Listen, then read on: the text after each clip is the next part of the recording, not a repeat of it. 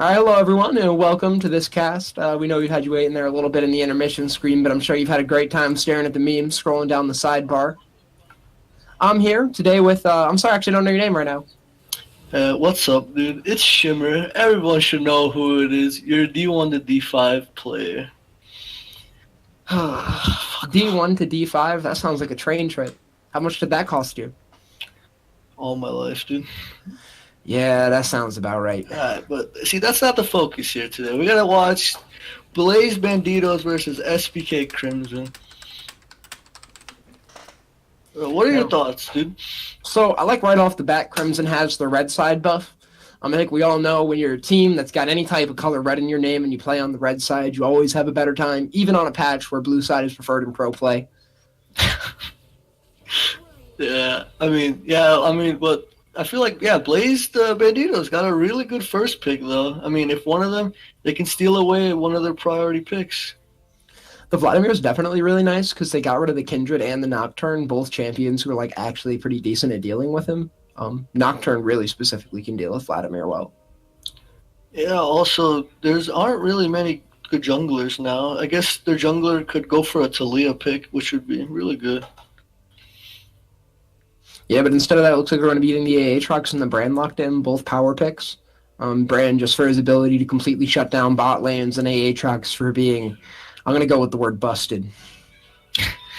He did get nerfed, so, I mean, it all depends on how their top laner plays it.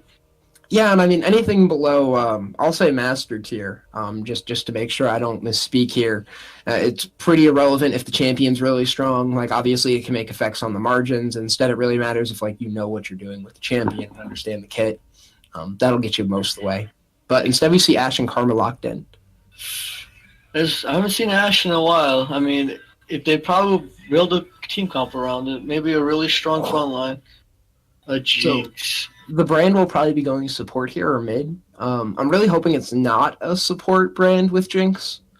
Maybe it will do well, but I couldn't envision that doing too great. I don't think you'll see. I haven't seen a Brand mid in a couple of years. I mean, it would be pretty spicy of that guy, Fat Dupes, but probably gonna go on Spartan. So, how do you feel about this Karma and Ashe bot lane, assuming Karma goes bot and not to the mid? I thought the Vladimir would actually be the one in the hands of the carry. I mean, Vladimir can be strong in all three lanes right now with the with the meta shift. But I mean, with Ashe and Karma, if they get ganked, Karma will be able to get them out of safety. And Jinx doesn't have good follow-up, so it all depends on SPK's jungler. Hey, yo, Trexlor, I see you in the chat. Or sorry, that's Desorok saying Shimmer in a PBE. You know who I am. I casted with you. I'm actually hurt now. But I'll hop back in and talk about this Graves ban. Graves, one of the strongest champions on the patch, I think. And that totals us up to 4 or 5, depending on how you're looking at it. Now 6 if you want to count weird jungle bans across the board. That's if you include Malphite and Jax as junglers. Or is that even 7 because of Elise? Jesus. Lots of them. Actually, every ban except for Morgana and Fizz could be played in the jungle rather feasibly. Yeah, these boys are strapped.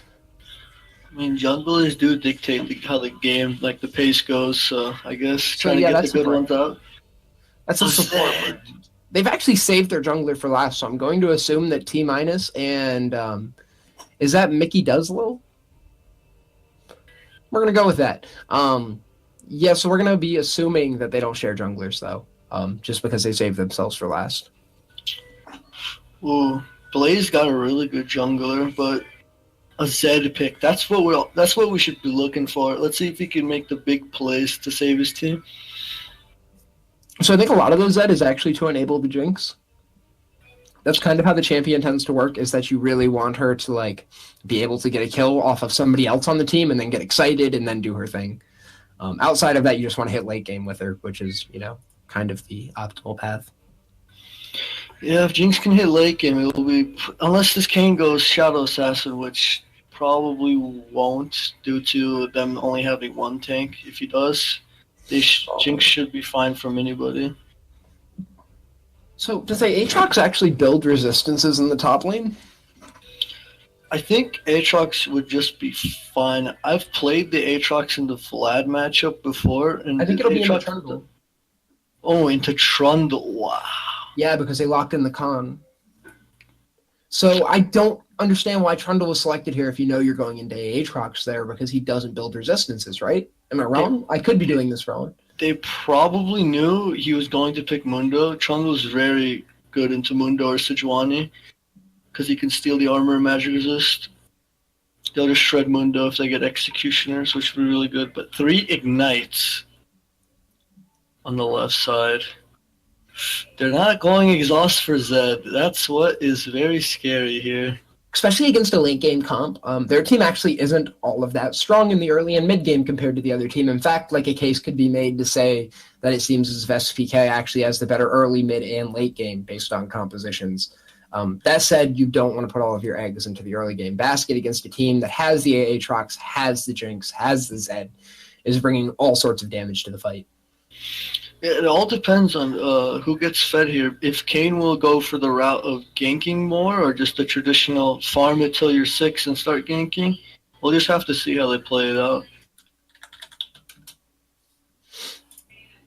Yeah, I'm really trying to understand the strat here out of Blaze.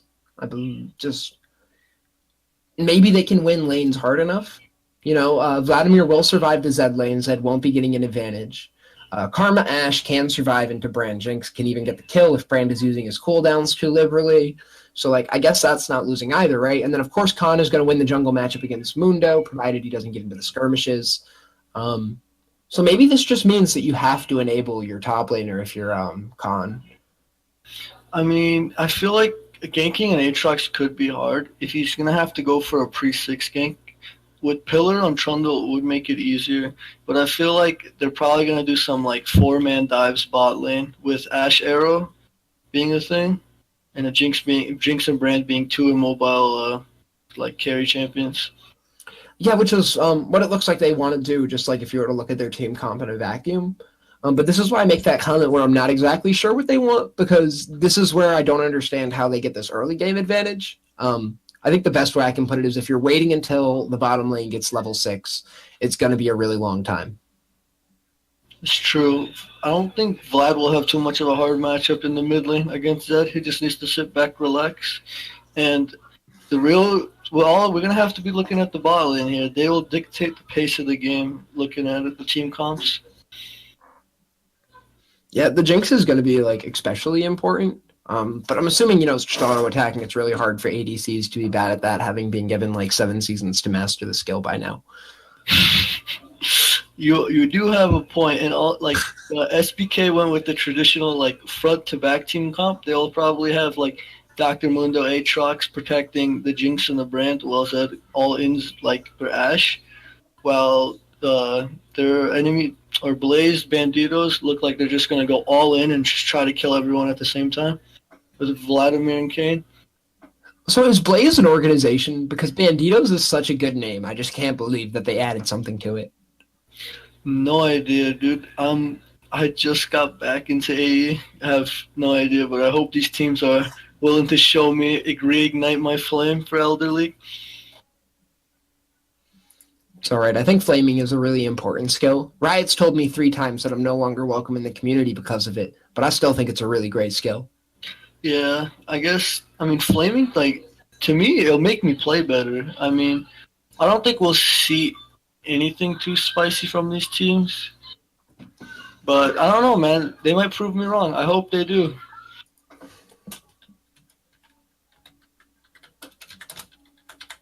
Well, we're going to be loading in. Hopefully it pops up soon. Yeah, let's see who has the skinny advantage when we get into loading screen. Yeah, I'm really hoping to see these runes too. I think that this can make a lot of the difference. As we can already see coming out of Banditos, they're not making a lot of, I'm going to go with innovative choices, right? Specifically not taking Exhaust to deal with the dead and just sticking, or the Zed, and instead just sticking with this, Ignite meta. It's definitely got me worried. That also does got. I think they might have just went for 2 Ignites for Mundo. But, I don't know. It'll be really Executioner calling. Come on, that is. Yeah, you do have a point. I guess 800 gold, man. It's worth substantially less than a summoner spell. Yeah, but I mean, Aatrox does have some healing too. But yeah, Executioners would be good or Morellos. Yeah, the Morellos. Would that be a Vladimir building it? Yeah, that would probably be Vlad or Karma, depending on how Karma goes. Like the traditional support route with, like, let's say, Ardent Sensor into, like, Shirelia's. Or maybe she'll just go full AP, depending on how their lane goes. Just some weird, noteworthy keystones to mention. First off, Vladimir going Electrocute, like pretty standard nowadays. He used to take Phase Rush and even like Predator at one point. Now most people take Electrocute on him, just for anyone who thinks that's wrong. The Karma actually taking Comet here, probably trying to match the brand's Poke. We'll have to see if that works out for her. Definitely an interesting one. And you might be surprised by the Mundo taking Fleet Footwork, but that's actually what he does in the jungle 90% of the time. Most junglers tend to take Fleet Footwork in the jungle. It helps with kiting the camps and healing up. It's not a bad choice, but he's gonna probably have a really hard time until he gets his what's that item called? Bammy Cinders, because Kane will probably out jungle him. We're 50 seconds in. Really? Yeah. At least I am. Oh, shit. Wait, I am too. All right, whatever. Let's go. Loading screen. All right, whatever. Yeah, so there was a bit of an engagement, it looks like, on the top side. I'm looking through the summoner spells right now, and I don't see anything blown. I could have sworn I heard a flash when I first came in, but we're just going to ignore that for now, folks. Little bits of posturing. Now, as we can tell, there isn't exactly a 5-point coming out of the Banditos. Not the worst thing, they just skirmished. Yeah, I mean, Banditos probably just wants to chillax and let the Kane get some farm. Kane starting red. I would think he would start Raptors, but I don't know. He might do some spicy stuff. Yeah, Kane definitely starts Raptors. I don't actually play the champion. In fact, I just kind of lose to it. All right, now we get that 50-second pause we were all waiting for. Hell yeah. Don't ask me how I already know that, folks. I think it was a lagging one. Yeah, so it looks like everyone's in good spirits. Someone was lagging. They responded, no worries. Don't worry, no flame in the chat just yet. We can hope it comes later. Would love to see some chat flame, like a E0 question mark coming from either team. But I don't know. Elder League's been a little on the kids' side nowadays, but... Yeah, and then completely unrelated note for a sidebar in a different league, I played a scrimmage with a team who tried to report me for spamming emotes when we won. It's bad sportsmanship. The direct quote from the owner was, IDGF if somebody spams in a scrim. I still don't know how those people actually thought action would happen. Yeah, it looks like everyone does, like, no team is getting really mad at them pausing. I guess you have to, when you're casting for AE or playing for them, you gotta expect one pause in the beginning of the match. Yeah, I mean, I actually disconnected trying to just, like, connect to spectate the game. Like, just bug splat, and, I had to restart, and it all worked. All right, never mind. SPK throwing a little shade at them. Oh, did they? What does it say? His mom dropped him on his head. Oh. We knew it was coming. I'm sorry, I spoke, people. Someone said they gotta keep the chat clean. And I think that's Jinx trying to tone back the Zed a little bit. So it looks like we might have something going on with Zed. Maybe. Yeah, Zed looks like my mid laner. Very flame. Can't read that. I gotta move the chat. There we go.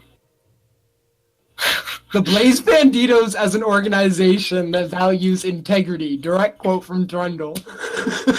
This Trundle also, the Blazed Banditos. I'm sorry, that actually is just better than the regular Banditos. Yeah, I mean, let's see what happens in the game right now. I feel like Kane starting where he is, he's not gonna get really any good ganks top or mid.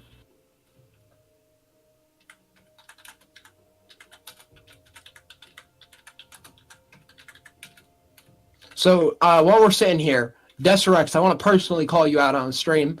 I see you in the chat sleeping on me over there. The stream starts up, you're like, who's the caster? It's Shimmer in a PvP. Now you saying Spark is the best PvP in existence? Rap God's a trash song, sir. Wow. Yeah, that's really? Where we at. Eminem hasn't dropped a hit in 5 years. You can quote me on it. Really quick pause again. Wow.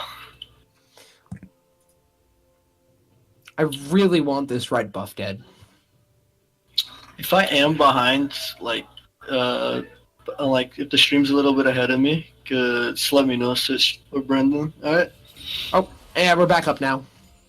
There we go. King completing. Both junglers completing their buffs. Just make sure you hit the live button, or you do the speed up to get back to regular. Yep. Nothing too spicy happening right now. Yeah. Karma's still just looking desperately to land a comet, it looks like.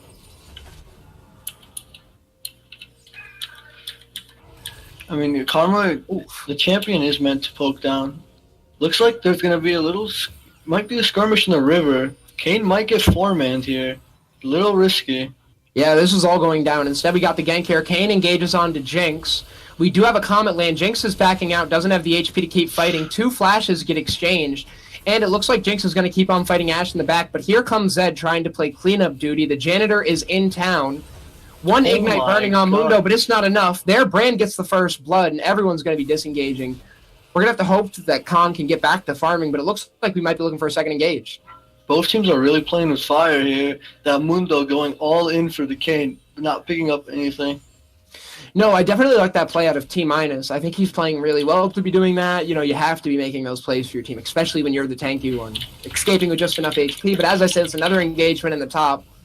Trundle is really trying not to hand this over to Aatrox, but it looks like it's just going to be a bad lane for him the whole time. Yeah, Trundle will probably get poked out of a lane if he ends up pushing, but... He's just trying to survive to 6, though. Oof! And that was a clean catch. Brand Jinx don't need to have synergy when Brand deals a half of a health bar in damage. Yeah, it doesn't really matter. It looks like he was trying to get some poking on the Ashe. This is the engage, though. It looks like Trundle could go down. He's going to have to blow his flash if I took a guess. Oh my god. And that's the kill from 8. Oh! So we learned something there, and I think every team in the other league should have wrote that down. Noob, Poopfa can play at Aatrox. Vladimir's engaging, though. That's electrocute from both of them, and the pool. Sanguine pool. He's looking for the kill. Well, he gets it. He got it. Wow. Clearly looking like the superior player going in the 1v1. We might have a reincarnate of Killer Z here. No, I definitely like that. Hanky and Noob Poop both not afraid to go for the solo kill in lane, even willing to commit the entire way for it. Like, I mean, if you saw that Vladimir was literally behind him in lane, that takes some real cojones. Yeah, with a Doran shield too, that Zed must be feeling really sad right now. I mean, the real thing we should be looking at, bot lane, Blazing Banditos bot lane has to make a quick play here, or Jinx or Ashe will start falling behind more and more in CS. Yeah, this is just going to keep on pushing her off, especially because they went this side. I think really it's the Comet on Karma that's going to end up hurting them here. You're forced to go ahead. Like, even that poke there is less substantial when you're the ones behind in lane who already had to back and all that other. They're looking to back right after they shove this lane out here. Yeah.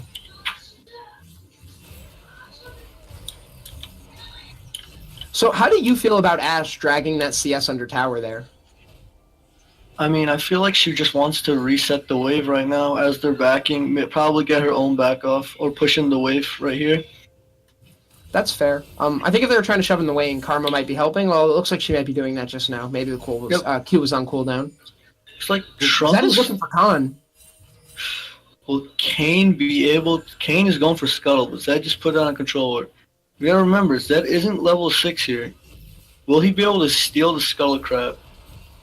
Nice He plays. still got it. Zed with the quick thinking gets himself out of here. Kane looking for a little bit more here. Looks like he won't be getting anything. Yeah, no, also, though, for people who saw that one, that control ward, only 75 gold, actually nets him the Scuttle Crab, and with that now he has 2 vision sources, and he got back the gold for it. Kane missing the bush. Yeah, he is walking around it. It's like he knows it's there. Top lane, though. Trundle 1v1ing. Aatrox, will he be able to get a 2v1 here? He doesn't have the mana. He's going to have to get out, but he's going backwards. Oh, my. The minions might get it, but Triumph comes in. Triumph, the real savior here. This Mundo's really lucky that he took the fleet footwork build instead of grasp. Really nice play, though, by Trundle. Even though it was down it was 0-2. He was able to turn it around. Yeah, they definitely made that one work. The only issue here being that his teleport's down, so Aatrox's going to be able to shove in. I'd really like to see him shove in a second time here, knowing the teleport's down. Oh, going in mid lane, Vladimir trying to kill Zed once again. He has no cooldowns, though. It's really risky here. Yeah, that was a trade, but the trade wasn't exactly worth it. I think somebody got the shutdown. Yeah, so Zed got the shutdown gold onto Vladimir, which makes that not worth it for him. Once you get shutdown gold... Sorry, Zed. Yeah, Zed got the shutdown gold. Zed got Edgelord champions all medged together for me. They know where Kane is with that control ward, and he doesn't know it yet, but he might get two-manned by their bot lane. Doesn't have it. He has his E up. He just gets out. All right. Kane's chilling. Walks right over another ward, though, on his way out, so they know exactly where he is. Now, Mundo, knowing where he is going to invade his blue side, knowing he won't be able to get caught. He's going to take over a Gromp for himself. Yeah, it's those little margins that actually make the biggest difference. A lot of junglers don't feel so pushed or incentivized to go into the enemy jungle like that. But honestly, even if you get one camp, I look at that as a +8 in CS because you've taken 4 away and gained 4. Yep, that's just the way it goes. Unless wow, Vladimir pull there. I'm sorry. He actually missed the dodge of the Shuriken and then also missed the cannon because of it. Just for some reason, playing well.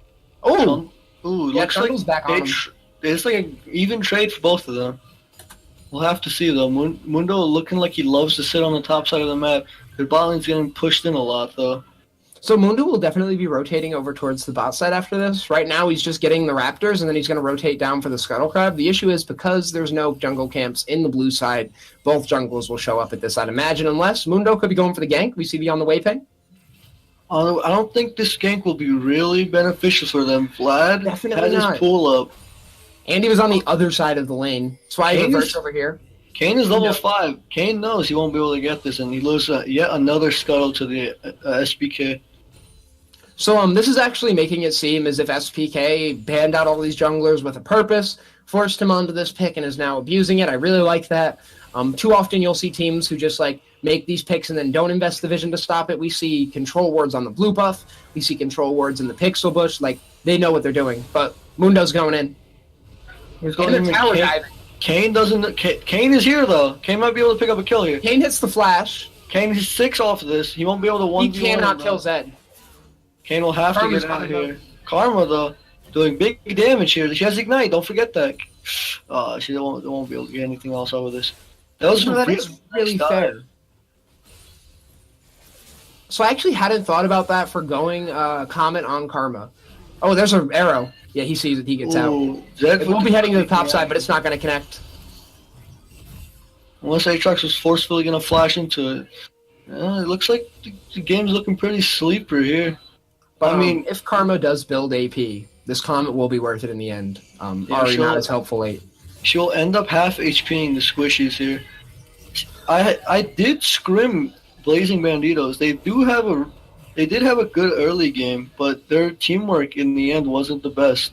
Let's see if they fix the screws loose.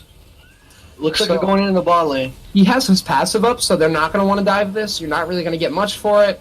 It looks like they're going for it anyway. He's willing to flash. You can't blame him, but we have kills going down on the bot side now. They stacked for Brandol. It wasn't a good idea. Vlad going in, though. Brand had to use his hourglass. Vlad doesn't look like... Vlad got 600 gold shutdown. That might have been worth for a 3-for-1. We'll have to see how this turns. They might even be able to go for a first tower here in the top lane. But giving Jinx 1 kill is really bad enough. But that Brand, he's going to have to prove that he's the real carry here, and he's going to win the team fights for them. Yeah, so the gold is currently sitting at a 3K disadvantage. We're going to have to hope going in, though. Can bring it. So that doesn't look like he's going to do much. Oh, no, he's just here for the farm. Mundo's soloing Dragon. Wow. Lots of objective choices on the map. The only real criticism I guess you can levy, outside of not having been in the game ourselves, is to say that Banditos probably should have gone for Herald instead of top turret. Banditos probably could have done that. I mean, but a Herald this early into the game wouldn't get you much besides 1 tower since you aren't going to be team fighting all that often. You want to play it, but SPK right now, they look like they're just... The game's another engagement hands. Zed ults. He lands 2 of the shurikens. We're going to be getting the heal out of Vlad. Vlad might be dead here. He's Yeah, going he to go didn't down have to his Ignite. emo plague up, and that means he doesn't get the mass heal at the end. He doesn't get the damage increase, and Zeb comes full HP with Mundo whacking away. SPK is really just like holding this game in their hands right now. They're playing the early game really well and just outplaying Banditos, but maybe Banditos will be able to pull it back with the Ash. Zed has to flash the arrow. Yeah, but he's been willing to do that. I mean, he W'd away from the last one. We know that was on cooldown then, right? Because he has that heads-up play. If anything, I'm just glad that Zed respects it enough not to stand there and take it. Sorry, we have a fight top on the lane. side. Trundle will win this one because of the ultimate. This is that post-6 fight, and yeah, he's able to do it right under tower. Trundle with the really girly move of buying ninja tabbies. I don't respect the Trundle, but getting the 1v1 against an Aatrox with ult up, good job, Trevor. You did good. No, and that's a 1v1 that you're going to win a lot of the time in Trundle, and this is why I think when you're playing Aatrox in this lane, your goal is to get all of those kills from level 5 and before. Once Trundle hits 6, just let him. SPK wants to go for a one-shot here. They're just sitting in the bush in the bot lane. They actually might be able to. Too. Oof. Oh, I think that he got hit, spotted though. there. Oh, they're going in, though, anyway. Looks like Zed's coming down to cut them off here. Well, And there we go. too late. The Jinx is excited. Oh, they're He's really landing low, though. all the shots. That's the con. Here comes in Vladimir. Oh, my. He's going to be going for the 1v3. There's the 1. There's the 2. Can we get the 3? But Zed smacks him and says, not today, sir. Really all-in fight here. In the end, I think it was more worth for Banditos because they were able to get 2 kills, and one of them was a bigger shutdown. That Brand getting more kills again. He's going to have to be able to carry the game. But Mundo invading again. Gets spotted. They won't be able to do much here. Yeah, he gets spotted, but he has that awareness. They're walking back from base. That's really heads-up play. Just take it, use the plant, get out. Actually, he won't be using the plant. I disagree with that. I think you always want to be popping that. I'm assuming Drake is up soon. I could be wrong. I actually can't see the timer. That's cool. Sheesh, what? We actually can't see the timer. We're getting memed. Yeah, I always forget that you have to track that yourself. One of these days, I'll be on top of it. One of these will be like Riot Games and have a track timer in the corner. Well, we got ProNib, who's been here and very helpful, feeding us information all game, even though you can't hear him on stream. Don't worry. Shout-outs to ProNib. All sorts of insider info coming from him. Looks like they want a 4-man top lane right now. Trevor has no idea what is to happen. Yeah, it looks like the Karma will be chasing the back end of this. But instead, we're going to get... Oh, the Brand is going for the tower position. And he's going to be able to pick up the Karma here, I'd imagine. Brand doing some unreal... Oh, stopwatch coming in. Will Trevor be able to clean this up with a good flash? Yeah, we got fights going down left and right. Trundle's just going to be whacking away with the club. He gets out of the W from Aatrox under the tower, and he's going to eat the passive. Karma needs to get out of that. Ash running in, 1v1ing the melee Okay, Ash range. is just out here. Ash doesn't show much respect for Mundo, though. Yeah, I wanted to say she was inting, but she stayed alive so long. That's going to be the Trundle pick right there. Subjugate. Yeah, Subjugate wasn't able to do much. Oh, this is a really cool fight here, but Zed is coming in. He might be able to pick some kills up. He might. Looks like they're chilling. Fat Dubes has been playing the role of the janitor all game. Just coming in with his mop and throwing everyone away. This is probably going to be the mop on the cane. Yeah, here it is. The 1, the 2, the 3. And that mess has been cleaned up. SPK, if they keep keeping this really fast tempo up, Blazing Banditos won't be able to keep up. And they'll just fall more and more behind. Yeah, this is what I was talking about in the draft stage, where I actually didn't think that Banditos had a better early game than SPK, who I also thought had the better mid and late game. Not exactly sure how they come back from this one, but it's probably going to be on the back of SPK mistakes. Given that all these players are plat or below, though, like, totally possible. In fact, it's more than likely that they'll make mistakes than that they won't. The real question is, will they be able to just make up for those individual mistakes with superior team play? Looking at those, looked like they were more calm and collected than the hectic Blazing Banditos who had their Ash going in melee range. Yeah, that's definitely the right way to put it, too. It seems as if SPK has, like, actual plays that they're engaging in on the map, right? Like, them pushing through the blue side jungle into top lane. That's not an accident. I don't think the team is just taking a trip through their enemy blue side. Like, they want to clear out that, get the vision, put control wards down, and then gank the top tower. I would say you can't teach that, but that's exactly the type of thing you teach.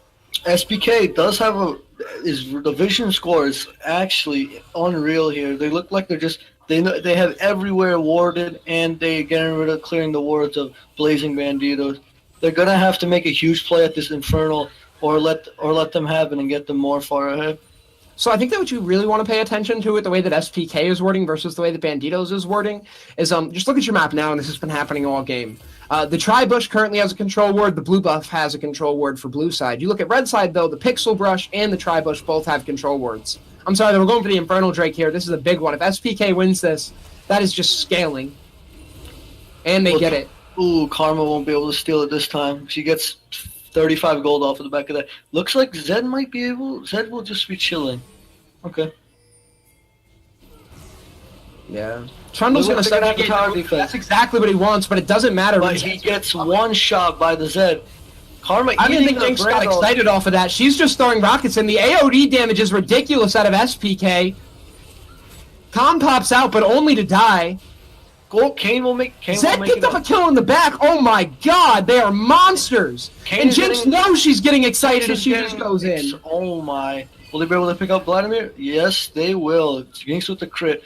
And Aatrox wasn't even there to help. It was a complete 4v5. With the Rift Herald, they'll probably be able to pick up an inhibitor tower here and 2 mid towers. Yeah, this is that heads up to know just how far they are in gold. Now 10k to be exact. They know they can 4v5, so they do 4v5 for the mid turret. Send the Herald into the bot lane.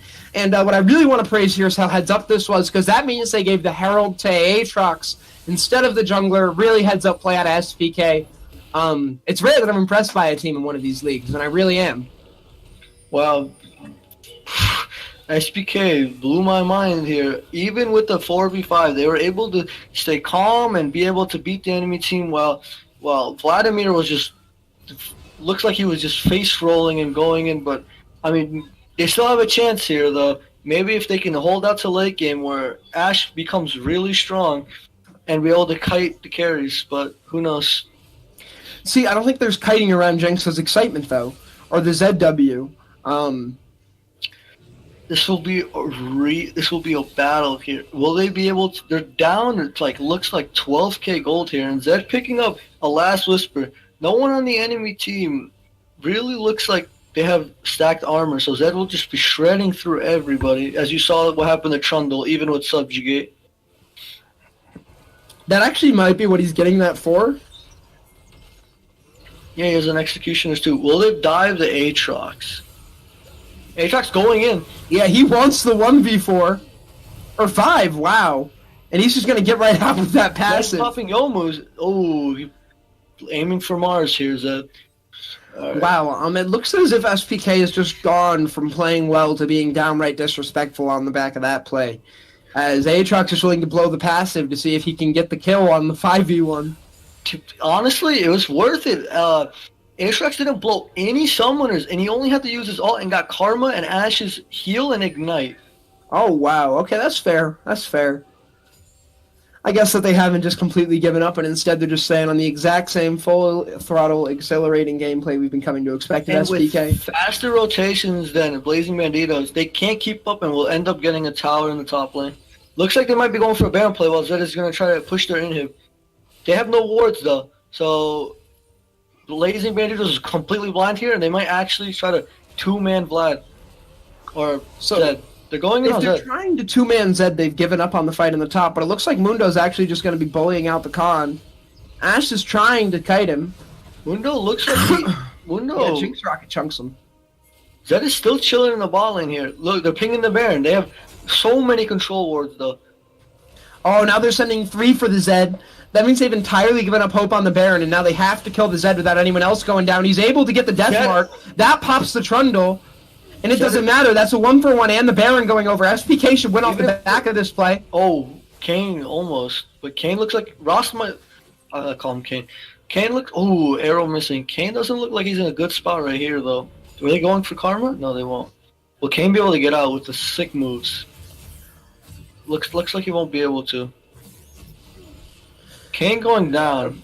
This is looking really bad for Blazing Banditos and fast. Dragon coming up in a 1 minute 50 seconds. There'll be another Cloud Dragon, making the rotations even faster. They shouldn't even be going for that Drake.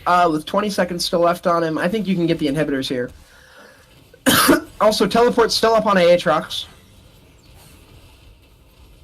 4 going for the top side. Mundo, we gotta remember, Mundo doesn't have ultimate Oof, here. Mundo is just out here.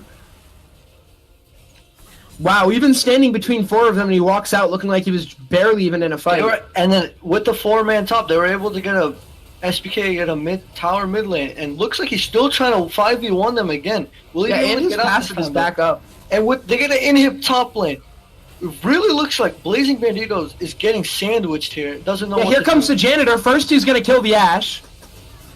Then he's going to hop right back out, try to fight the Vladimir, but instead he's going to run away. Ross is 1v3 here. Ross going down. Subjugate going through, but it won't be able to do anything. Subjugate does not make you immune to slows. The Mundo Cleaver's still going to hold him back. And just like you said, Brand is going to be able to pick up that mantle and deal the damage he gets from the shutdown gold. Doesn't look like Blazing Bandito. Nah, this is game. Looks like GG. Good job, the SPK. Superior rotations and macro by them. Vladimir looks like he's going to be going in, but it's just not enough at this point. Mundo is just running at him, and that's going to be an exploding Nexus. Oh, it's a really good game. On the bright side, Ashe did get to metaphorically hit Zed with the arrow at the end of the game. Yeah, Zed didn't look like he had the moves for that one. Couldn't juke it this time. Yeah, you know, it's really hard to juke it when you're freeze-framed and stuck hitting the Nexus. He wanted that plus 50. Whoa, what a game. Didn't expect that one to be so fast. Yeah, it definitely went by a little quick. So are these best of ones or best of threes? These are best of ones. Looking at the graphs here, looks like Zed was able to do the most damage, but I'd have to give the MVP here to Brand because he was able to set everything up nicely with those ultimates, and he was doing really well. Yeah, especially, I'm honestly surprised Zed's able to deal the most damage, just because Zed's an assassin, right? He's maybe supposed to be taking people down from their full health bars, but if that's what he's doing it on squishies who don't have a lot of HP.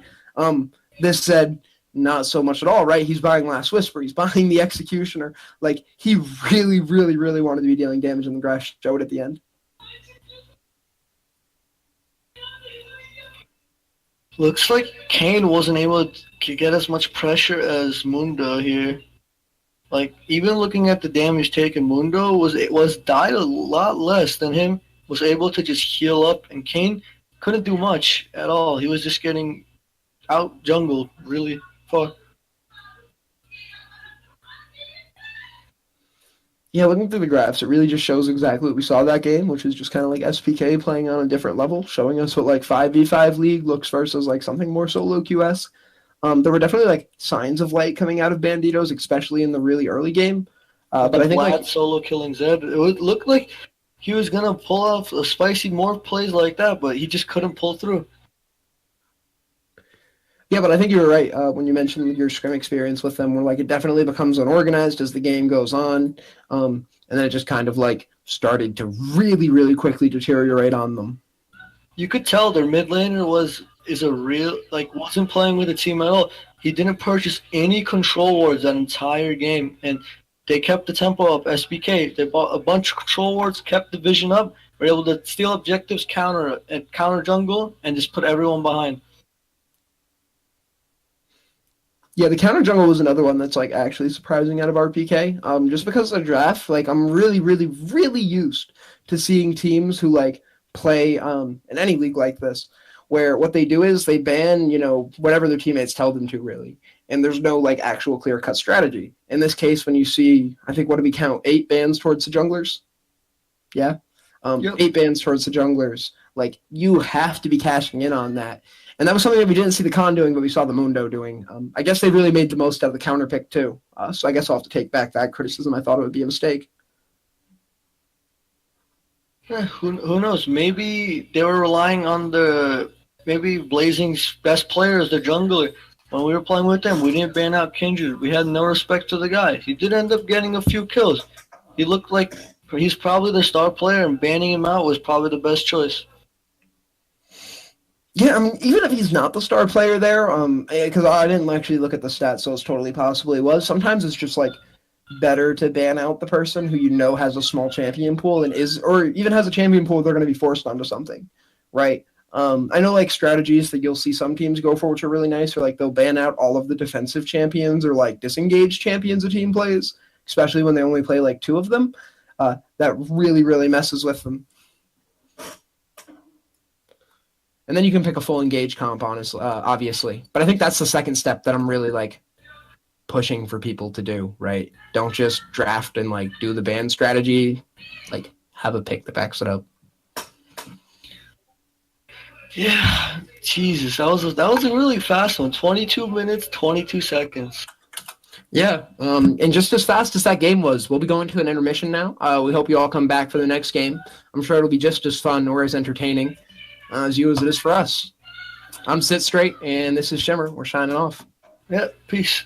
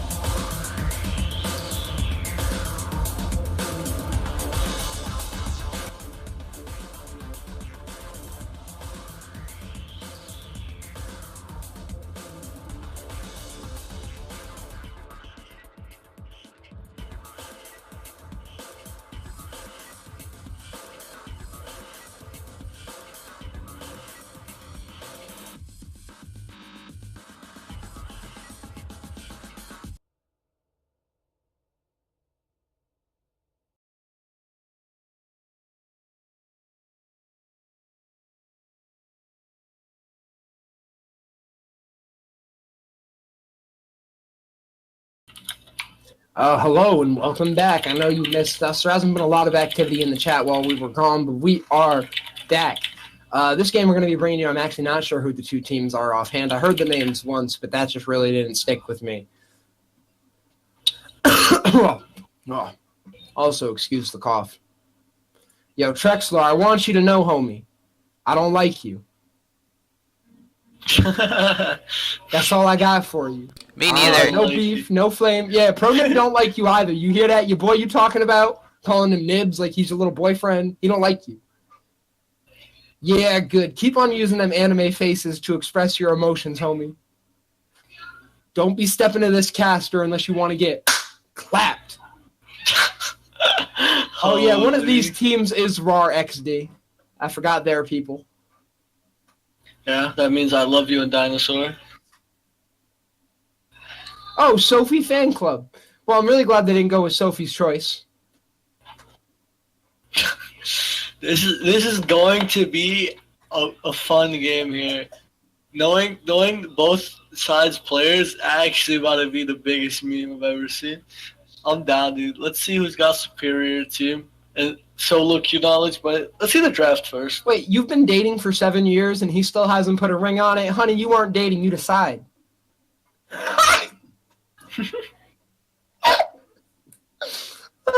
I'm sorry, it's so funny because it's true. Yeah, Shimmer, I'm sorry I ruined that for you. Or sorry, no, that was ProNibs I ruined it for him. My bad. You good, Shimmer? Yeah, I'm just chilling, dude. Are you ready? Wow, so apparently we have a rivalry here going on between the mid laner and the ADC. Now, I'm not sure which, but I'm going to assume it's the Plat and the Gold 3 because they're a single rank above their opponent. Oh, yeah, we've been R.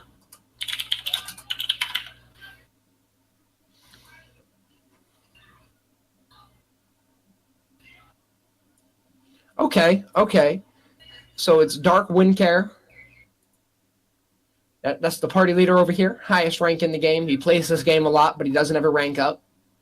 Wow. Actually, how are you level 114 and sitting in gold 4? Hey, maybe my dude doesn't play ranked. That's fair. That is how you stay in one of these leagues while you're a plat or diamond and don't actually have to play like that. You could actually be camping like someone I know, Tim. My man has been here since season 1. I came in late season 2. He's a really bad player. He can't beat me when I play Yasuo jungle. Yasuo in the jungle? What do you start, E? Nah, you start Q. But I beat him. I like how you actually answered that. Nah, I know how to play it, dude. You get skirmishers and then go into PD. You don't finish your jungle item. That's how most non-meta junglers work, and Shaco. It looks like Sejuani and Zoe Ban coming through. Yeah, the bans are always a little weird to talk about. I think you have to see the whole thing before you can really tell what's going on. Especially because the first two just tend to be really planned out, right? Like you're banning a one trick and you're banning like something you've played before that you really don't want to play against. Like they're just two clear ones.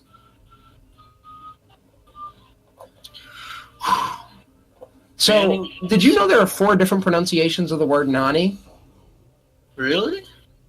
Yeah, my friend was getting really upset with me about it, where he was like getting just angry at weeby people who use Nani as what, and he was like, "You don't understand. There are all these different ways you can say it."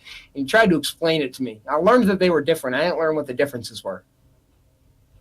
Yeah, it's like, I mean, there's 2 meanings for hentai. There's the one meaning, and the other meaning is pervert. Huh. Yeah. I wonder what the one meaning is. Yeah, me too. I also wonder. Haha.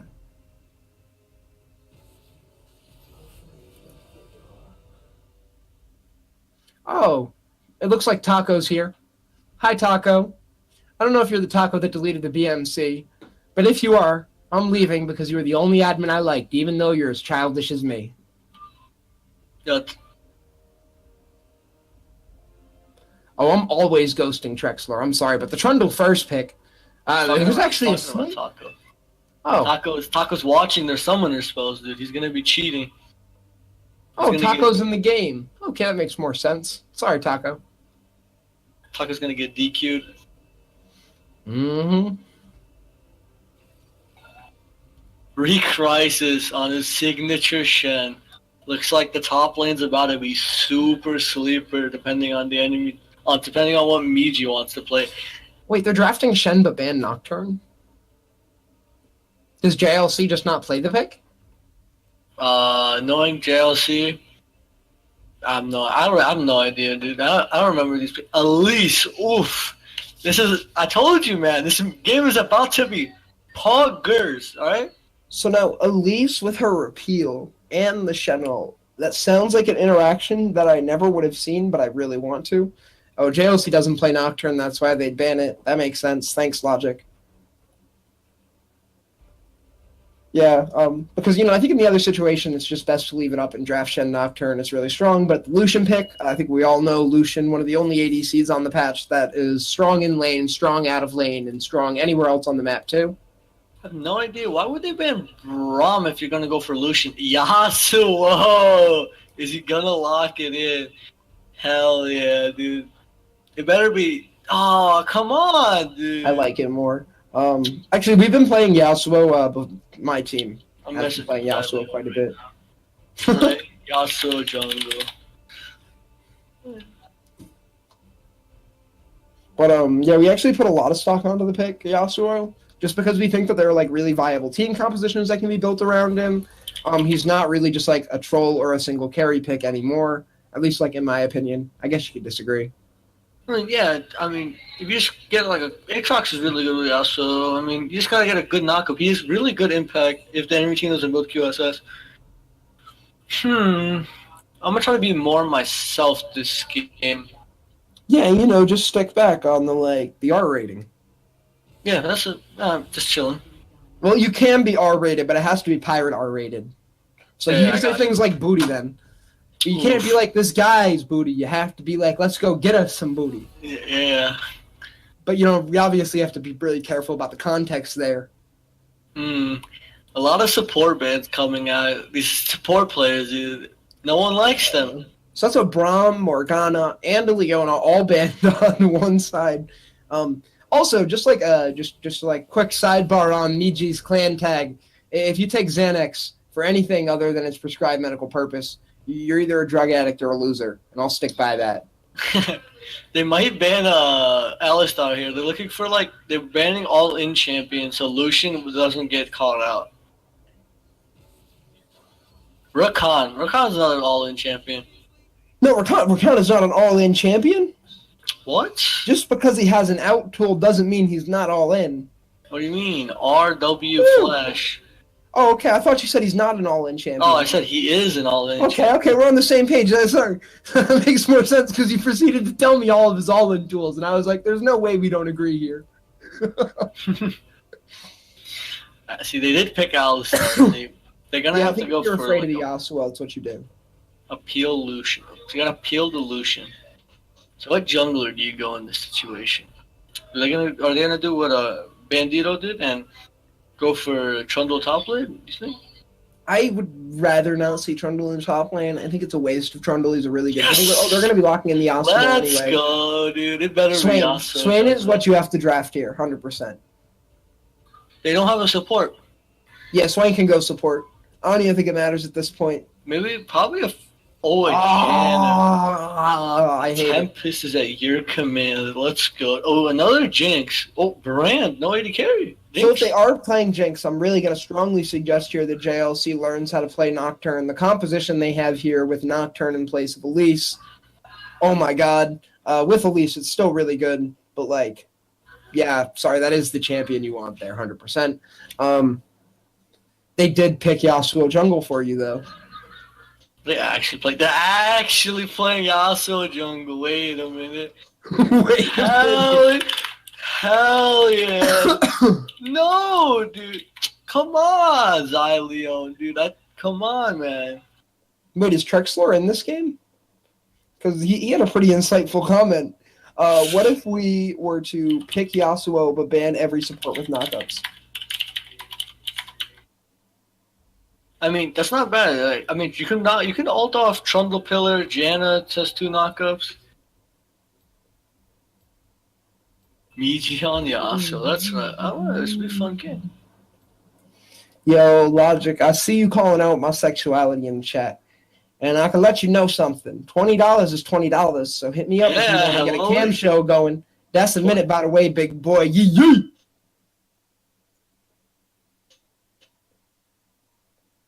Yeah, the Yasuo ultimate's really hard to make off the Trundle Pillar.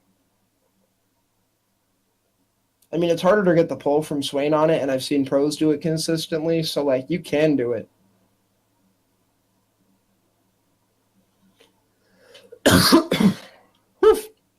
All right, just running through these lanes again. Totally possible Vladimir solo killing in the lane. He took Ignite, Malzahor took Teleport. I didn't even mean to pronounce that like that. That's the funniest part. It just came out. Wow, dude. I think the Trundle into the Elise will definitely be interesting because of Elise's like crazy all-in potential. I think if Trundle's using his Subjugate late, it'll cost him every time in this game. That's something you see a lot of Trundles do, especially when they don't play it all that often. Also, Yasuo got switched to the top last second. Sorry. Very unlucky, dude. I mean, Which is a better matchup. Yeah, I mean, Yasuo should smack this shit Actually, around. do you know the interaction with Shen's auto attack blocker and Yasuo's Q? So Yasuo's Q is always treated as a basic attack. It can get stopped by crowd control and stuff like that. So yeah, it'll be blocked. I'm pretty sure he still gets this. Yeah, I'm fairly certain he still gets the stack for the tornado, but he doesn't do the damage. Okay, but does a knockup apply, or is it just a stack? Because I want to know if the knockup on the third Q applies. Oh, he'll get knocked up. He just won't take any damage. Yo, Logic is out here. He is really feeling some type of way. Oh, I'm sorry. I got to call attention to it. Your boy is just out here in the chat. Now, I have to ask you, what do you think is easier, to pull with a Swain off the Trundle Pillar or to get the Yasuo ultimate off the Trundle Pillar? That is hard. It won't be good though. He'll probably only be able to land it on one person though. So which one do you think is harder? The pillar. So the pillar is harder than both. I'm willing to take the answer. Mm-hmm. The pillar is harder than both the pull or the Yasuo knockup. I'm sorry, Logic. I'd bring your opinion into the fight, but you're just in the chat chilling, homie. Yeah, wait. The pillar's way harder. Hello. Well, no, so the question is it harder to pull someone with the Swain passive or to use the Yasuo R? But he's saying that the pull is automatic on Swain, and I don't think it is. You have to right-click the person, No, right? you do have to right-click the Yeah, you have to person. right-click them while they're midair, and that's substantially harder than just pressing R on your keyboard because you have to actually move your mouse over the animation and get it in the same frame window that you have to land the knockup because you can only do it while they're CC'd the same way Yasuo can. Oh, it's really more. It's way more split second than the pillar. Pillar, it's like 0.5-ish seconds, and then the pull is like 0.25. It's like trying to ult someone off a Vayne condemn. It's super hard. Oh, we're still missing. So let me try this one more time, okay? So my original comment was that I think that the Yasuo is able to land his ultimate off of the Trundle pillar because I've seen Swain's land his pull off of the Trundle pillar, right? Mm-hmm. So there's someone in the chat who says that it's harder to land the Yasuo ultimate than the Swain pull off of that like same play because Swain pulls automatically. I think it ends once we've established the fact that like I knew that Swain has to right click them. Yeah, Swain does have, because if it was automatic, then it would be really awkward. Because what if you don't want to pull in someone? It'd be so RNG, right? Why wouldn't add that kind of system? And it does have like it has like a 3-4 second cooldown. So you can't constantly pull people, which is really good. Yeah, because if it was automatic, you couldn't use that like that. Okay, yeah. I'm just making sure, because I thought I might have been crazy for a second. I like to give everyone the benefit of the doubt just to, like, think through it, if that makes sense. Mm-hmm. Yeah, you're fine. You're chilling. It's about to be a fun one, dude. Yeah, this is definitely going to be fun. I think that's the optimal word here. It may not be good League of Legends, but it'll definitely be exciting. Yeah, no weird keystones coming out of anybody. Now, I really have to bring this one up again, but I'm sorry. It looks like the game might be over at Skin Select. Surgeon, Blood Moon, Battle Boss, Mafia, and Longhorn? And we only got 3 skins on the other side. And one of them's High Noon.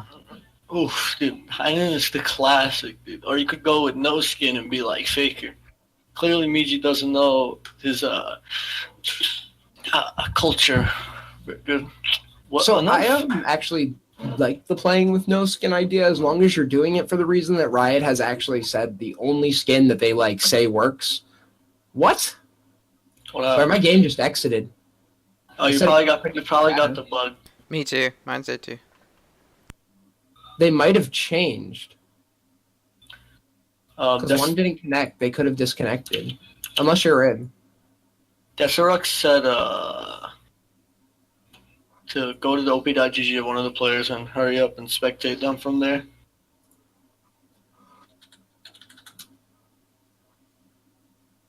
Well, hello stream, how's your day going? We have the spectator look coming through. Who am I looking for? Can you give me a name? It's anybody. I don't know any of their names, that's why I'm asking. If you could just give me one thing to type in. Xyleon, I guess? How do I spell that?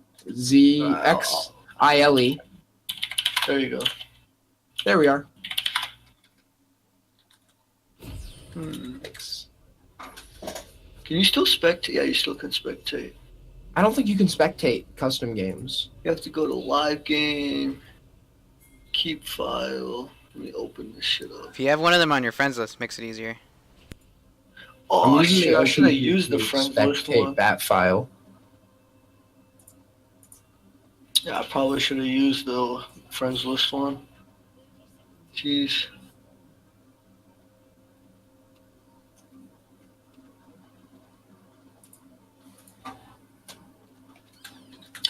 Looking at their rank statistics, not what Red Side didn't pick any. Doesn't look like they picked any comfort champions.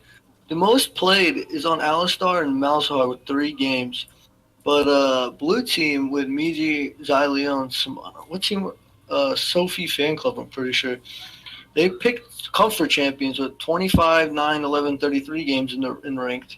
They all have some pretty surprisingly good KDAs for being the players that they are. Yeah, I can't spectate this, I don't think. I might be able to now. Neighbor, are you still having problems? No, I'm good. I had Zagas on Fires on my friends list, so I was able to do that. Should spectate through Xyleon. You have anybody added? Sit straight. No, I'm trying to connect through a third party. I guess I'll spectate.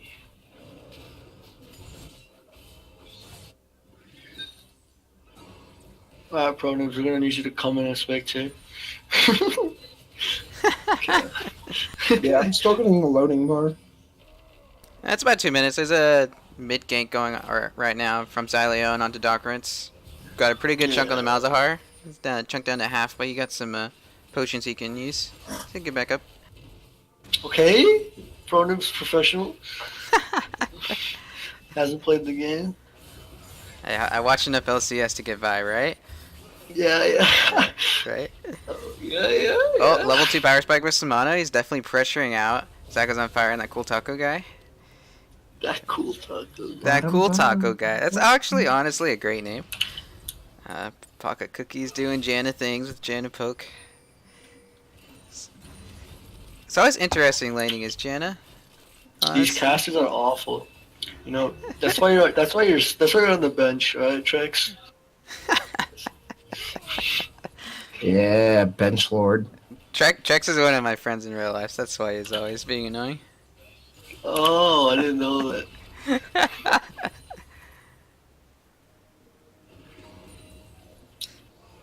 Hey, y'all, it doesn't look like I'm going to be able to get back into this one. Oh, dude, it's rough. Maybe... Oh, fuck me. How can we do this, dude? Because, like, I'm bug splatting every time I try. None of them can alt tap and go through the friends list. Like, you don't have anybody added. Can you spectate through one of us, me or Pronibs? Like, can you right-click my name in the friends list? I could try to use Discord streaming. Oh, I can use you! Wow, that's messed up. Yeah, actually. Yeah, I just used Shimmer to get in. That's Nice. good. Sorry, if I was on my actual account, maybe I would have some of these people. Wait, are you watching this, Shimmer, and you're not even commenting? I'm 0% on everybody in loading screen. Oh my god. Same. Oh, you guys just missed a gank by JLC in bot lane. Burned a flash from It's Pocket JLC, Cookies. dude. Nothing special, dude. Hey, actually, Pronibs, can you invite us to a group call and screen share the game so we can at least cast while we load in? Yeah, sure. Let's That sounds like the best solution, right? I think I have to have you guys friend. Oh, I'm in. You're in? Okay. Because it freezes the stream whenever I alt tab out. Yeah. No, it's fine. It's fine. Oh, you should go to Bugs. Now bug splat. God damn it. You bug splat? I bug splatted because I alt tabbed out. Am I still audible on What the have you stream? done? Yeah, you're Look audible. at me. I'll give radio commentary time. I was right. This game was gonna be a meme. So Maybe we currently have a 2-man stack on the top side for the blue half of the map, while Lisa's going to be going into her bottom half to get our grump. I bug splatted. Maybe just screen share Pronibs, dude. Actually, this is stupid. I'm able to. I was able to just click reconnect, so we'll just wait. Nice. I guess. So while I'm sticking with the radio broadcast for y'all, it's looking like some nice tower farming coming out of the Lucian Janna. Janna auto-attacking him as Lucian's able to get that last hit in. Right, Shen going for the just perfect freeze. The radio cast. Woo! Alright, they can see now. This is beautiful. Everyone has eyes. Oh, now that y'all can see, you can see how beautiful that Shen farming was. This man has set a line with his sword, and he's sticking to it. You know, unlike Donald Trump and any of his promises, your boy Recrisis sticks to it. God damn. I'm sorry. That was awful. He missed an auto attack. I hope y'all didn't see the end there. It looks like Trundle's going for the gank, though. They saw the pings come out. He backs up. I would have liked to have seen the pillar play and at least the try. But with a full jungle, he's going to go clear that. Oh, they think Vladimir left right there. Now, that's something for anyone who's going to be playing this team in the future to keep an eye on.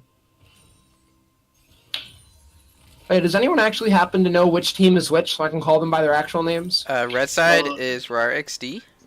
And Gotcha. the left side is Sophie's Fan Club. Alright, so Sophie's Fan Club, RAR. Gotcha. Yeah, so the lead's actually been bouncing back. At one point, what was a 500 gold lead for RAR is now a 500 gold lead for Sophie. Now 400 as we just see this bounce back and forth. As waves are picked up and traded, obviously. But it looks like Elise might be coming in for it. No, the back out. Shen actually roamed all the way, but there were pings down the entire river. And they know where the vision is. JLC actually just avoids it. That was really heads-up play there. But he's going to walk over the tri-bush ward. The team doesn't ping him, but we can imagine that they at least saw him.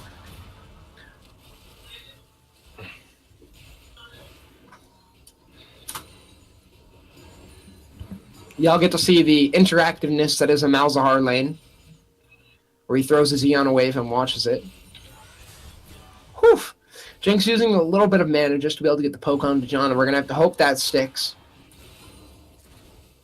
And that's a pop shield from the Vladimir onto the Malzahar. Really important to do. That's the first step towards getting a Trundle gank, who's actually going to be going for the invade here. All right, lots of question mark pings coming down as Malzahar is slowly backing up. He knows that there's some trouble coming down. They saw Trundle. And Trundle's just patiently waiting in the bush. But it's going to be a blue buff trade-off, and this is just all wasted time for the Trundle. I wish I had started up a clock. And he's just going to make his way over to the blue buff now, thinking he might see her there, and instead finds himself a prize. Not exactly sure what he was waiting for there. Maybe the Malzahar to come over because I saw him? That would probably make the most sense. Now, while he gets that red buff, Elise is going to be able to pick up the scuttle on the other side of the map. But he's going to be going for the gank on to Shen, presumably. And here he comes. There's the on the way ping. They don't have vision. Shen's pushed up as he's ever going to be in this game, but he's level 6. He can tell something's going down. There's the E, the auto attack blocker. It's not enough to stop the Yasuo ultimate, and the flash comes out. Trundle's still going with the subjugate, but he has to get out right now. And on the flip side, Elise does pick up the scuttle. Gets herself some plants, and I'd really like to see the red buff trade back. But that'd be something that really have to be heads up, where Shenning called that out when he was invaded. And it looks like they're going to do it, so this is really, really heads up play from Rar here. A lot of teams wouldn't actually have their top laner spying on that. This is why he knows the red buff's up and head up to this side of the map and come get this. JLC making the most use out of Elise. We are Shimmer, back. are you here? Shimmer is back in business, baby. Woohoo! I don't have to do it alone anymore. Yep, I mean... This reminded me a lot of childhood without my father. Don't worry, Dad is here, and more supportive than ever. Better support me with a check. Dad is and Elise is on top of a ward. Someone cue the music. Yeah, there's just question mark things all over him as they sit in the bush. And Lucian is just looking for a way to land the cheeky Q on him. That's all he wants. Here it is. Oh, that's everything. Oh, so much damage. Where is the culling? Jinx is not doing anything. Jinx is just chilling, sit back and relaxing. But the thing I'm really questioning is Leon going for Stalker's Blade on an auto attack champion with even though he has a slow. Ooh, interesting pick. Maybe it'll help out. Right now, but looks like wow, this game is actually wow. What I didn't notice, but looks like Sophie Fan Club has a 1K gold lead just because of farming. Well, so it's been bouncing back and forth. At one point, it was a 500 gold lead for Rar, and then it bounced back to Sophie. Since then, they've now turned it into the 1,000 from farming, but like you'll actually see that number as it just did drop down another 200. It's really just waves being traded back and forth. Yep. Looks like Leon's going for a gank mid lane.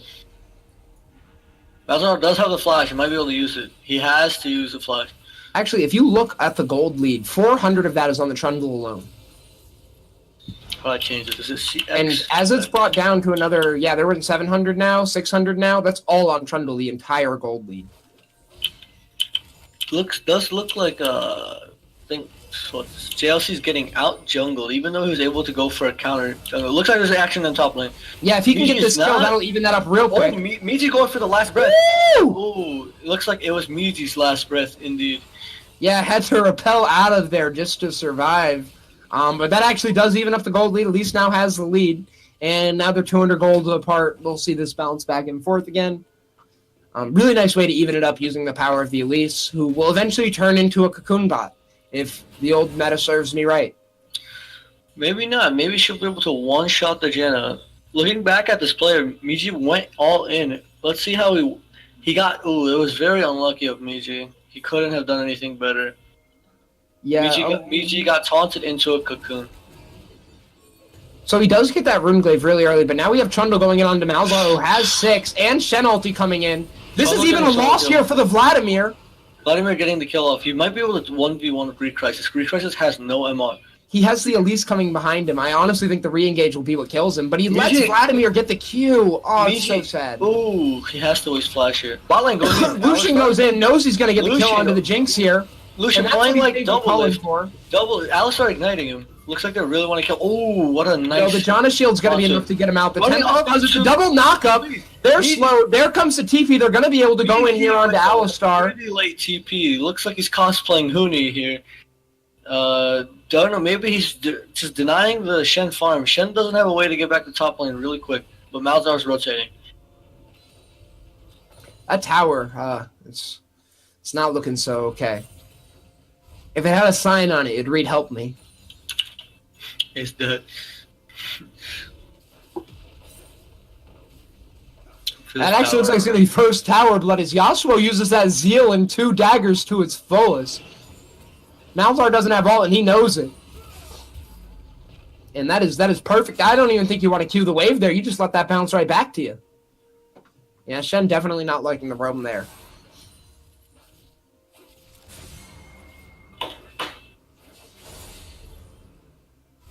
Wow, Yasuo did not care about Malzahar being there at all.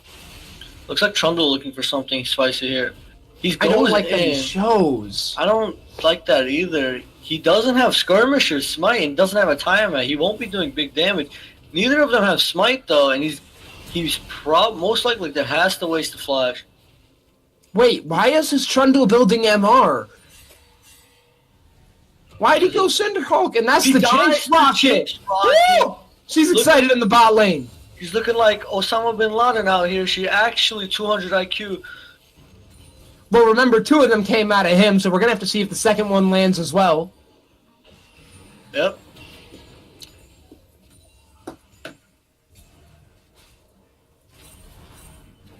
Balin's chilling right now. Alistar looks like he wants to go for an engage here. Balzar? Nope, nothing too special there. Elise looked like she wants to gank the bot lane, but the control ward might spot them. They don't have any summoners. A flash coming up on Alistar at this moment. Janna with both summons and Monsoon coming off a cooldown. Yasuo looks like he's going to be going in again, but he's just going to pop right back out, get his 3 stacks on the Q. The healing on the Vladimir is just becoming impressive. As he's actually staying ahead in CS against the Malzahar with the constant wave shoving. That's really impressive. This game right now, Malzahar doesn't know the control ward, and he spots the control ward.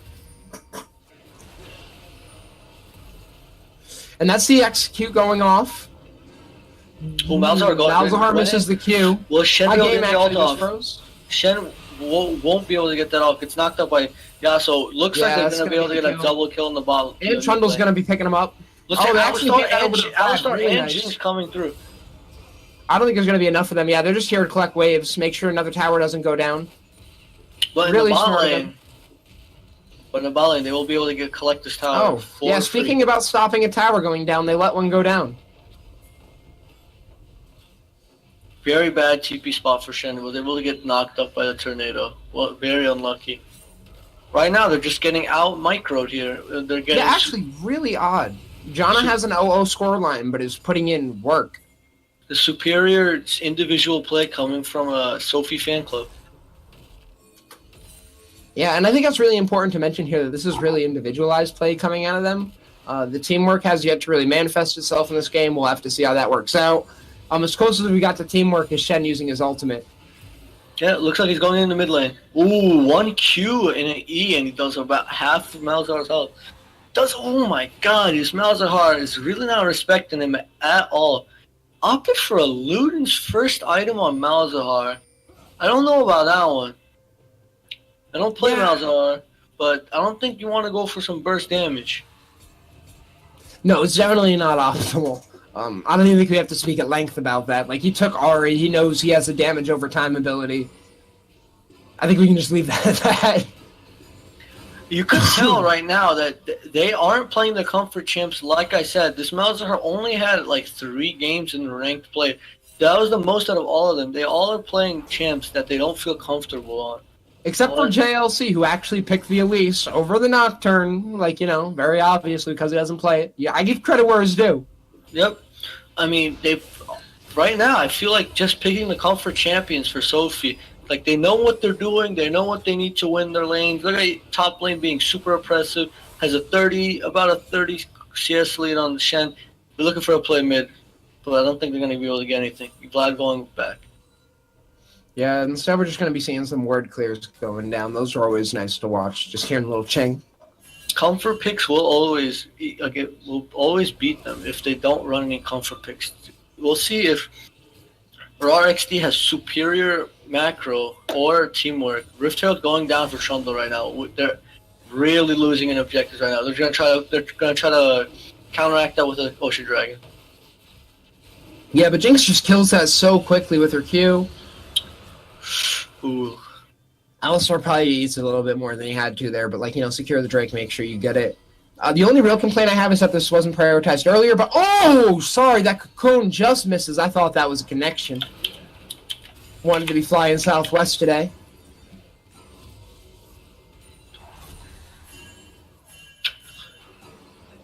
Looked like they might 4-man mid, but they walked over a ward right about to die. Unlucky. Unlucky. That is one statement that defines League of Legends as a whole. Right now, if I was a really good play would be from Sophie's fan club would try to make a play mid with the Rift Herald. That's the only outer tower remaining. JLC looking for something top lane. Damn, I seem to have another fan in the chat out of FiCon. So, I think that, a real problem that we had here is that the Trundle, who has, a gold advantage, could have definitely had a much bigger one had he gone Tiamat. I guess just a standard rush when you have such a large gold lead. He was 400 gold ahead, single-handedly giving his team a lead. Looking at it right now, Gianna is using her support item more effectively than Alistar. You can check by their gold. Gianna has a 1k gold difference than the Alistar. Yeah, that's really substantial. Across the board, it's all rather even, except for obviously the Trundle and the Vladimir carrying a lot. Actually, the Yasuo, can't forget to mention him. But it looks like Jinx will be picking up the tower in the bot. Who said ADCs couldn't split push if it's their own lane?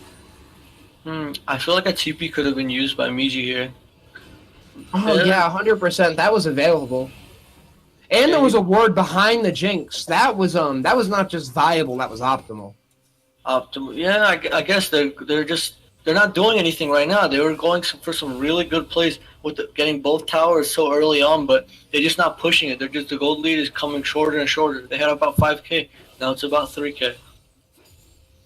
Yeah, and I definitely think that part of this is to speak to the strengths of RAR. I think a lot of this is to speak to the strengths of JLC, who we have seen just all over the map doing his damnedest, honestly. On a jungler who a lot of people wouldn't consider, top tier right now.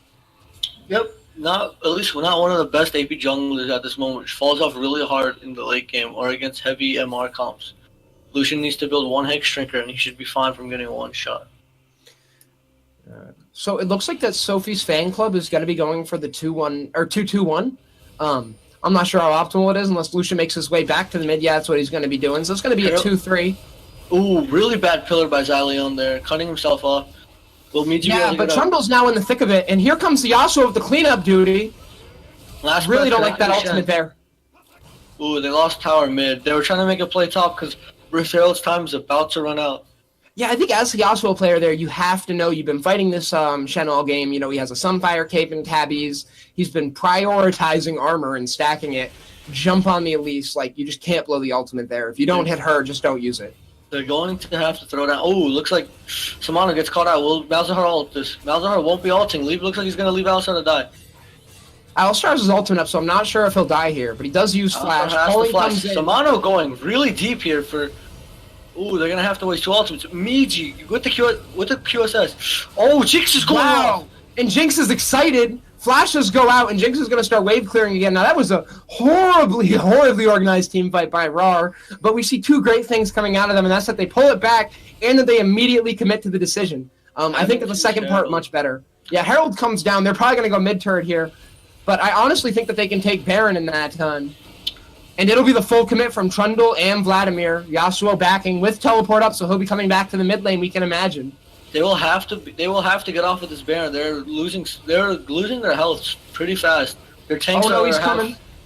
Ooh, Pillar coming through. Ooh, now what's he going in with the 3-man ultimate? Yasuo bot, Andy's full HP. They all JLC's get gonna die knocked to up. Baron. The ultimate comes out from Malzahar. Yasuo lands the 2. They're both dead now. And it's a wipe, and it's a Baron. Sophie's fan club was a fan of that. Thank you for the leash. We are leaving. Oh my god. Sophie fan club with superior comms, I'm assuming. No, Raw XD probably didn't know what to happen there. Maybe their shot caller just they weren't calm and collected at all. Some people were on the Baron, some people weren't on the Baron. They had to either choose to commit for the team fight or leave it or go for Baron. They were clustered, screwed up, and now it looks like they might lose an inhibitor for that. They are definitely going to. That was just really heads-up play by them, especially to drop that Herald when they knew to, let it just keep on running up the lanes. As you remember, way back, Lucian shoved out the bot lane before they went for the 3-2, and now they're going to be catching in on that heads-up play with a tower. This is all really nice play out of Sophie's fan club here. Raw XD throwing such a You want to talk about rotations, this is rotations. Raw XD throwing such a big lead. And wave management, oh my god. Wow. Yeah, the only real complaint I have here, 20 seconds on an Infernal Drake. Yeah, this is not where we recall. And John seems to be the only one who thinks, let me put a control ward in the pit. I guess the saving grace here is that Raw imagines they're there, and they don't want to fight it. Yeah, the recall is fine. They got the Baron home guard with regular home guard since this past 20 minutes. Oh, does Baron give his own home guard? Yep. I didn't know that. That's really cool. Wow, dude. Looks like they might actually go for Infernal.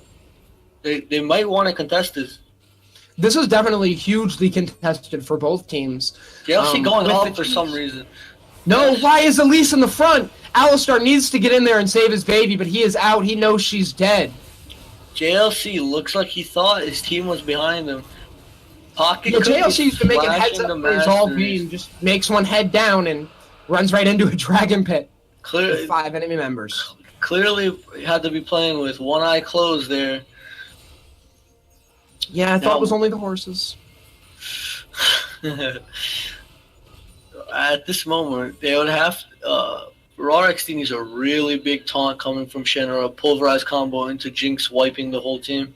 Yeah, but that wind wall is going to be a really big problem for Jinx. Honestly, I think if they're going to pull this off, they need Sophie's fan club to get impatient and go for the tower dive. Every indication out of them says protect the cannons, give them Baron, slowly poke this down, the mid lane will shove, you'll get it. If they get aggressive and run in, that's the end of them. Yasuo's also going to be splitting top lane. Doesn't look like Shen will be able to 1v1 Yasuo anymore since Yasuo has Conquer and 100% crit with IE. Yeah, but Yasuo actually doesn't have TP, so that means that like defending this turret is possible, and if it is possible, that leaves them in a disadvantageous fight on the bot side. They have such a substantial gold lead, and most of it is on Vladimir, though. Remember last game, they lost a 4v... or... I forget the team. Oh, Blazing Bandits lost 4v5 in the SPK. Yeah, it can happen. It can happen. Looks like they're just opting for the 1-4. Although with Shen Ultimate, it just feels like they got the better chance here. I don't know. Is you really looking to go in on the Shen here? I think he's just protecting what he can with the... Oh, wait, did Baron just die? Baron just ran out. Wow, so that was a really unexciting Baron buff. I'm sorry, I promised y'all excitement, and instead we've delivered that. Looks like they want to go in the bot lane. Ooh, that cool taco bag cut off by the pillar. Oh, this is the fight, but this is not the fight Yasuo wanted. Ooh, me. Yeah, he is. Looks like they might dive top. He wards. They definitely wanted to dive top until Yasuo found a way to... Lucian getting ulted by Malzahar. God! Flash pulverized by a cool guy, but not hitting much. Yeah, the whole map is split right now, but they're going to be able to pull off the turret with that. Really nice job. Ended up wasting Alistar Flash and Malzahar, both flashes, and an ultimate for Lucian no summoners. And they're getting impatient. There it is. There is Trundle getting murked down. But it's even not enough to kill him with the subjugate and everything else. The Elise Q still doesn't execute. She has to flash out, even though Shen's giving the protection, and Jinx goes in. She's excited with the flash. Those rockets have a range too long, but not too long for the Lucian, who's able to get out with the protection of his Janna. without Malzahar or flashes on their Alistar or Malzahar, they're able to pull through with the Jinx. Looks like they're just going to have to play Protect the Carry and hope she doesn't die. Yeah, Trexlor actually over in the chat making the comment that we both forget to make, which is kind of made that Sophie's fan club actually forgot to protect those banned up cannon minions. Really important. We saw Yasuo walk behind one. We saw the bottom lane let another one die.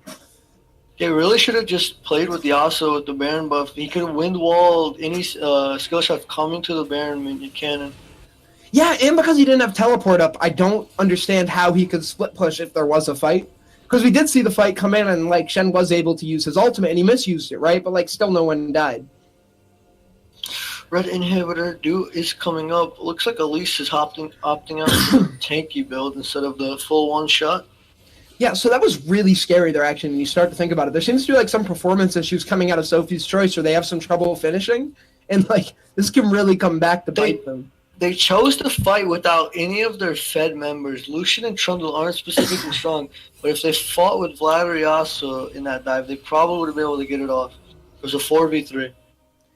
I'm less concerned with them fighting because I think they can win those, and more concerned with them being able to win against the turtle. Because without those inhibitor minions shoving up the middle lane, or super minions shoving up the middle lane, I don't think they would have even got the top turret. But now, Sophie fan club should be looking for a play. If they were keeping track of flashes, they should know that no one on the enemy team has flash except Shen.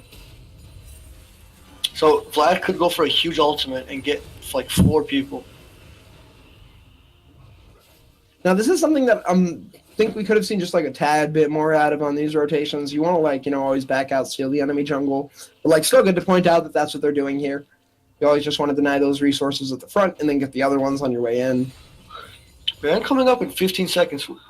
Looks like they're going to push in all of the waves and look like to take Baron. Yeah, hopefully they leave Yasuo on something of a split push just to like force the member to stay back. Looks like Recrisis notices that and stops his back. Looks like they want to contest this. Yeah, Yasuo reads all the signs really well. Sees the collapse coming, gets out. They're going on Elise. Windwall being wasted here. Ooh. They should chill back, wait for Windwall to come back up so Jinx doesn't go pop up. Shen's going in the bot lane. Oh, Yasuo's going in.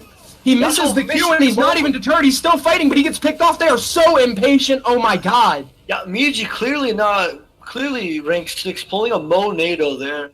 Clearly missing the NATO. Says it himself in the chat, he's trolling. And there's the Malzahar. Actually, was that a QSS? Wow. Vlad looks like he doesn't want to go in for some reason. You should know they don't have flash. He has Spellbinder 100 stacks. My man is ready. They have no Malzahar either. But looks like he's just going to take the safe route, which I don't understand why. I think after that pick on Yasuo, he's just a little timid. They have been playing really well this game. There haven't been a lot of plays like that where they just get snatched up and picked. I think a lot of that, though, is just Yasuo being thirstier than, like, a college girl.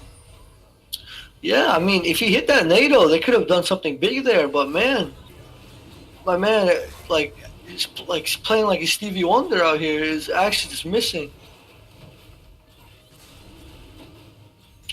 Wow, that was a really good cosplay of Yasuo, the streamer from Miji, coming out there.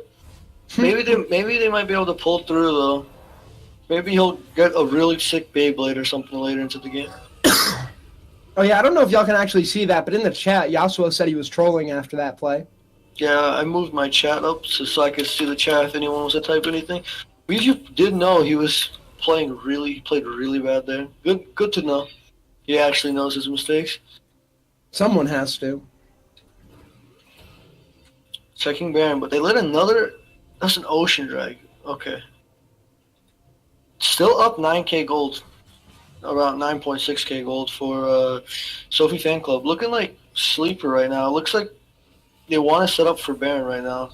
Raw XD. JLC might get caught. Very impatient by Xyleon. Doesn't... 3-man pulverize. Oh, Malzahar getting knocked up. Malzahar gets knocked up. It seems like he didn't know that was coming. He went legs on him. He has to get out. Yasuo might be able to get some inhibitors out here. They have to force a fight here. Yeah, they need to win this with Yasuo in the back taking the entire base. And it's just all Alistar in the back line waiting to see if Jinx can get excited. They have no wind wall here either. Jinx is Malzahar goes back to try to stop it. Jinx gets no excitement out of any of that, and it looks like he's not going to be able to get the inhibitor, but he comes back for it. He knows he can fight off this Malzahar. He did get some big summons, but lost an inhibitor in the process. If I was a really good player right now, it would be to rush over to Baron, since they knew everyone back. Looks like they're going for it. Yeah, and that's exactly the play they're going to go for here. Nice call. I love watching Lucian just unload the arsenal. Feels like a real spell. Shen doesn't have ult or TP. They're TPing in the back line. They are TPing in. Here comes the Malzahar. Malzahar doesn't have ult. No one has ult. No, there's the flash taunt, but there's no one there. Looks like Elise is might be able to flash from Trundle coming out. Wow, Shen blows flash there. There is nobody around who deals damage at all. Jinx recall going off. Michi going for the second inhibitor. Yeah, Yasuo is just in the base doing what he does, and there's a big wave pushing in top. I think you just keep on shoving this Baron here. There is no response possible from Rar. Yeah, using that honey fruit right there, Trundle could get some health back. And instead, they're just going to back on top of a ward? Wow. Vladimir's still sitting on his spellbind. It didn't seem like he wanted to use it that fight. Also, let me make a mental note here that this should be a really great time if you ever know there's an enemy ward to send like one person to go recall on it, have the rest of the team do Baron. Oh, I'm waiting to see it. Just give me credit. I was waiting for some Korean play by it doesn't look like Simonos take TP, but I don't know if you've seen Reddit. The LCK teams are actually 200 IQ. Yeah, they're playing really well. I haven't been paying attention to Reddit, but I actually watched the LCK. Because I wake up pretty early. I only watched the second half. But I'm sorry, it looks like we had a Shen ult coming in? Oh, no, sorry. It was just his protection on himself. Wow, that was bad. Let's ignore that call. No, Shen and Mouse are recalling right now. Looks like they might be going for Baron again. If they don't hit those wards, the enemy team won't know they're on it. Oh, Xyleon jumping in. Did JLC catch him? I have no idea. They're going for Baron right now. There's some signaling pings. Shen got his locket of the Iron Solari. It looks like they just want Michi to split push all the game while they try to go for Baron. Oh, Pillar coming out. JLC might die. Yeah, he has to blow flash if he wants to get out of that one. We've been seeing that a lot. I think that like JLC just needs to like tone it back in this late game. He should understand he's an Elise who built all damage. He needs to remember he's not on a tank and looks like he's just like he's not. He's starving himself at the moment right now. He isn't getting any gold and he's giving it all to Jinx. If you look at the gold right now. Yeah, which is I think like probably the right play, right? She's the one who's looking for the steal. I don't think he'll be able to get it. I think he just needs to back off. Looks like they just got a free Baron. Yasuo might die. Yasuo going in. Last breath. Ooh. Yeah, they're going to be able to pick up the Baron, and it's Yasuo by himself. Yasuo might kill Shen. Pick up the Shen. He misses the Q. Oh my god. Now the real question here is, does he pick up one more on the back end? And it looks like he won't be able to. Chomp chains, right? I need a message Miji right now. I mean, there isn't much you can message him. Your boy is just restless, angry, and wants to kill things. He's everything a Yasuo player is. He QSS. Oh, what is Trundle doing besides handing the game back to Rar? Oh, Jinx getting excited here. Cutting off the Vladimir. Oh, Jinx is fully excited now. She's hemoplagued and doesn't even care, just running at the Vladimir who knows he has to run away. Vladimir, heals all that back up. Vladimir needs to grow some bahonkas, man. He needs to get in there. You're 4-0. You had 100 Spellbinder stacks, bro.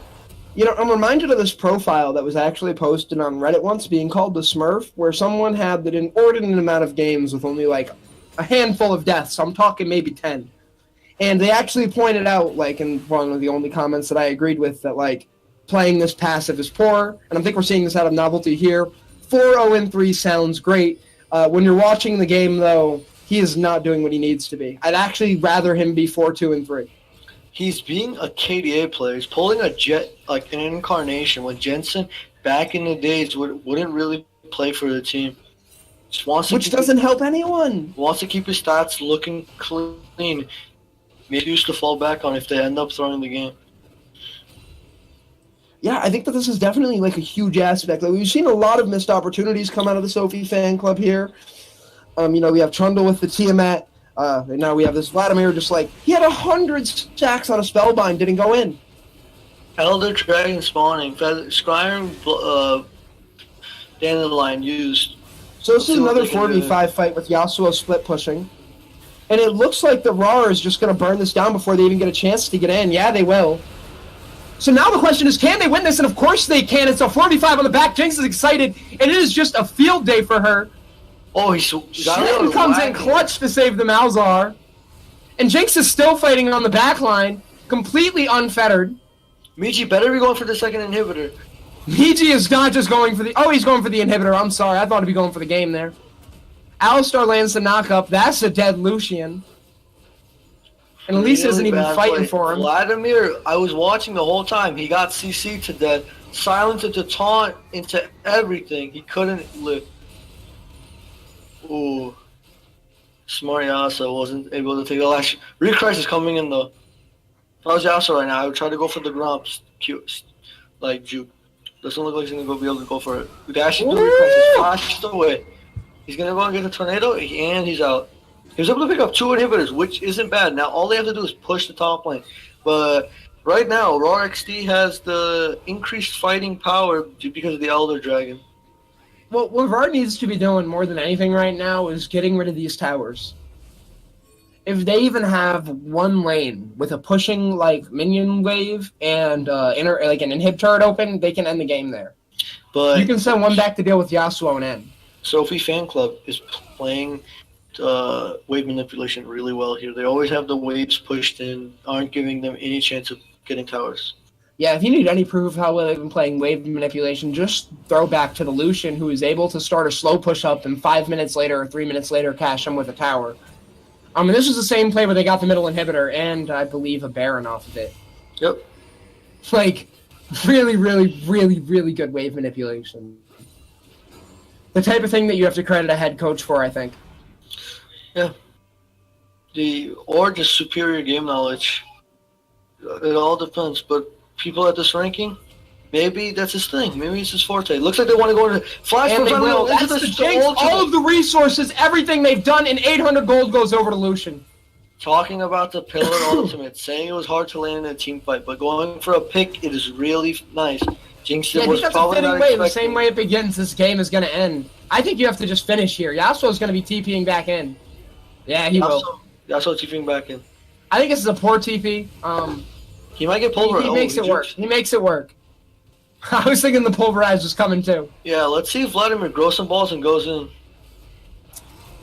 I mean, I think he got lucky this game, from being honest. I'd like to see the Vladimir have to go. Maybe he hurt us and he picked up the one death he got all game. Yep.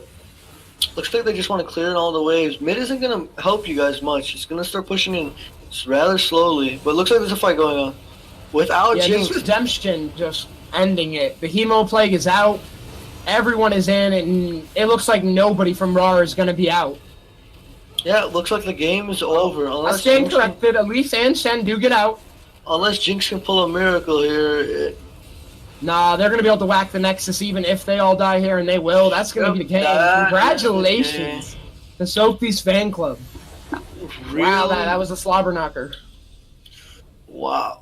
Really tough and sad game for RXD. They looked like they had it in their hands to come back.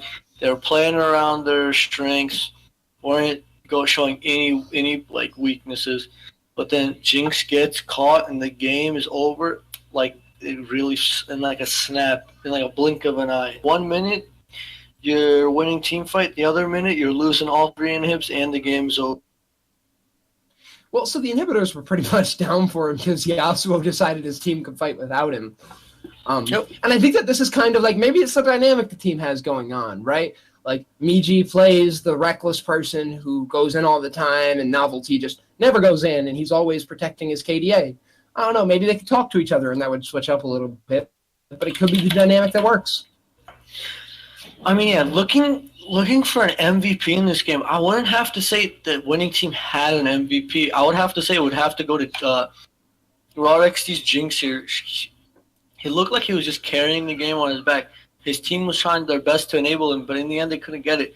Like, Sophie Fan Club, really aggressive, were really impatient.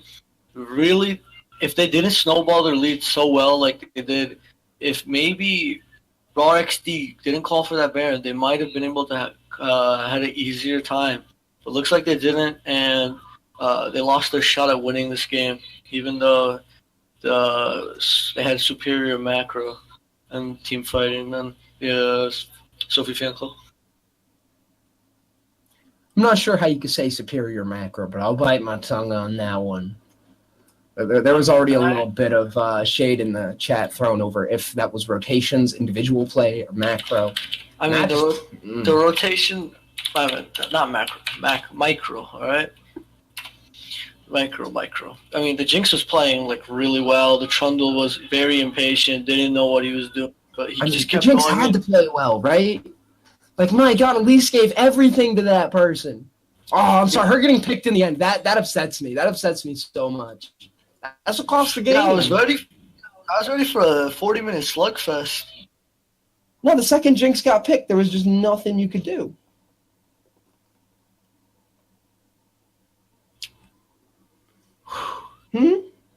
Samano, we're not talking about you when we said no macro. I'm talking about Somehow, get out of here.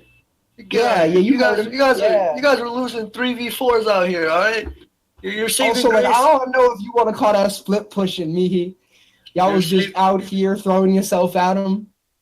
You're saving grace with meaty bitters, and Jesus, man, I really felt like Roderick was gonna come back, dude. I was waiting for it, man. The Jinx with 18k gold, the most in the game, 5k higher than anybody else on her team. They really want to pull through. Yeah, she got all of her items too. It's just, you can't kill your way out of a 5-man pick.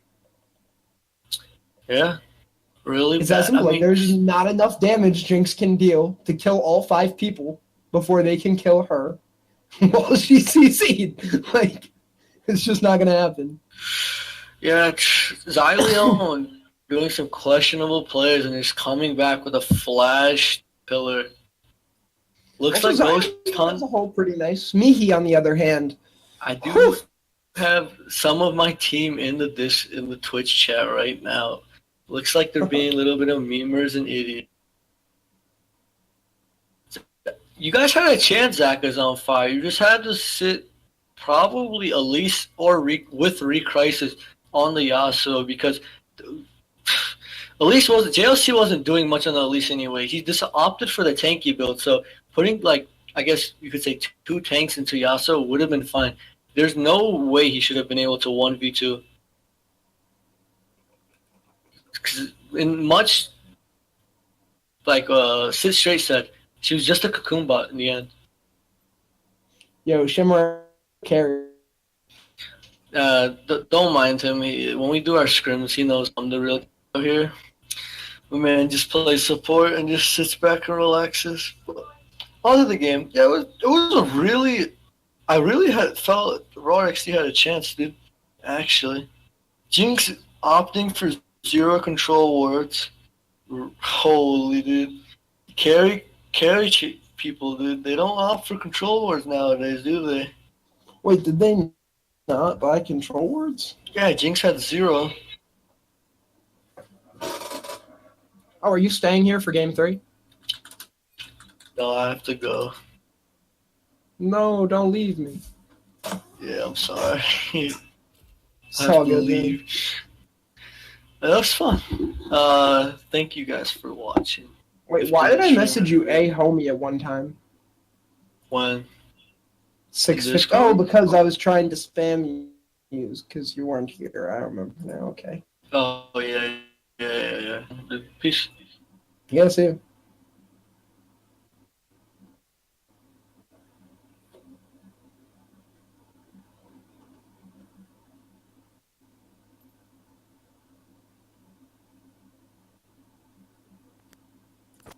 Do my friend Hey, are you gonna cast with me? Yeah, I can cast with you. That's cool. Fine. Do you do play-by-play or color? Because I really don't mind either way. I do them both, and I think they're both pretty fun.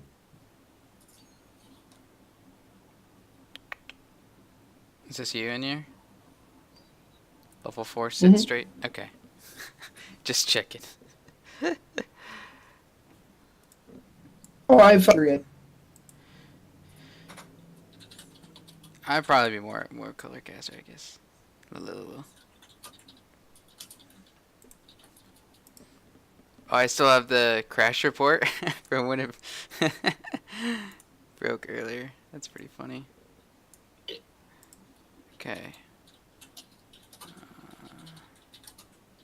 Wait, what?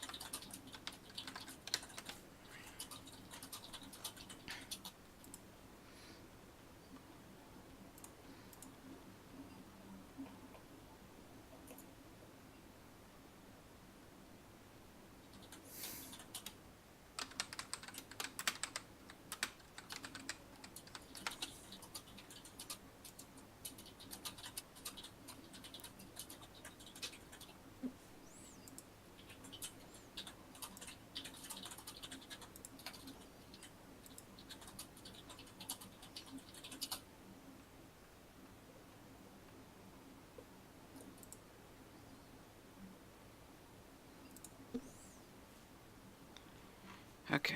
Are we almost ready? Um. Oh, okay. I'm on this account. That makes sense. I think we're still waiting on someone to get here, though. Alright, alright. What the hell happened to the standings?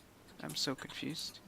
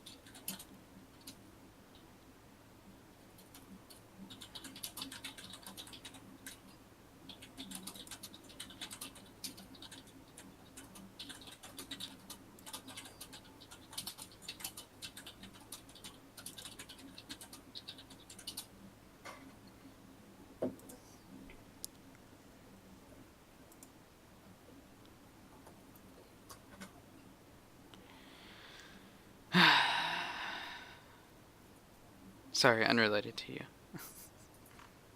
It's all good.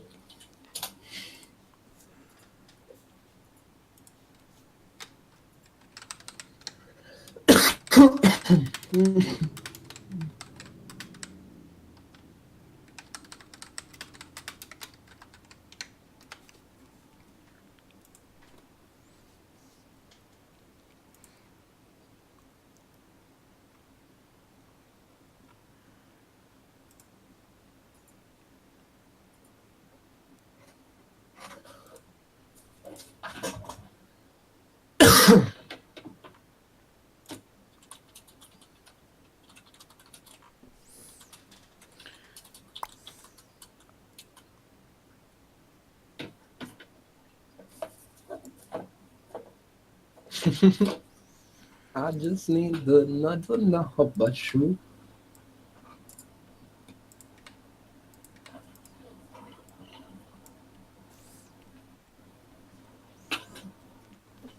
I don't need another shoe. Mm-hmm. Oh yeah, but did you ever say if you wanted to do color or play-by-play and I missed it? I said probably color. Gotcha. Sorry. Sometimes it's like I haven't actually smoked since I got back home yet, and like I'm a pretty heavy smoker, so like my brain is just all out of whack. But the thing is, if I were to smoke like while I'm casting, it'd just be really bad. So it's like I'd rather say things that are a little off every once in a while than just like never say anything, if that makes sense. Interesting. What the? What on earth? Why is this person's thing wrong?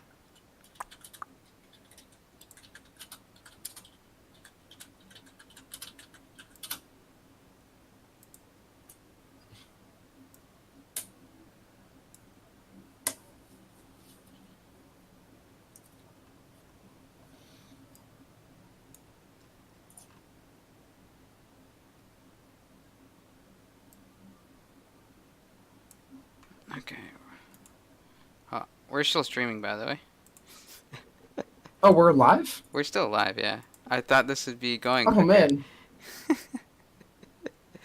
So, like, I thought it was weird, too, because me and your boy talked for a while, and I was like, well, I kept that pretty professional. And then all of a sudden, like, I looked over and it was an intermission, and I'm like, well, I guess he just forgot to tell us. I hope I didn't waste too much breath. I just slipped back into Brendan mode.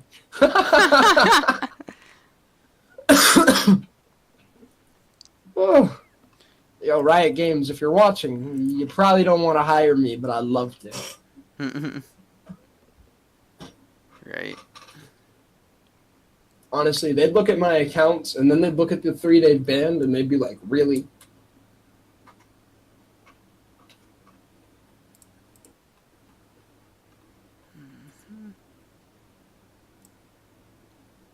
A third caster, thank you.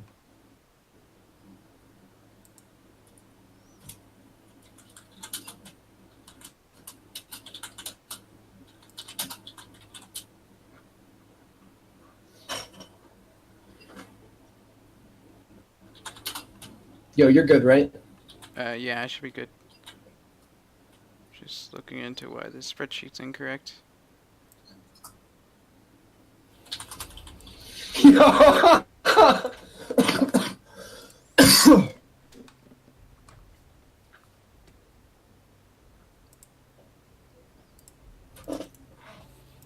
I don't need another number you. Some days I didn't want to fuck with you.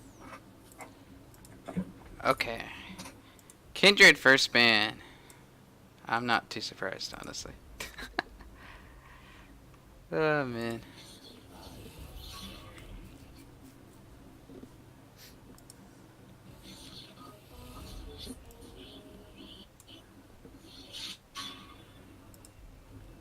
Reported our week 6 match.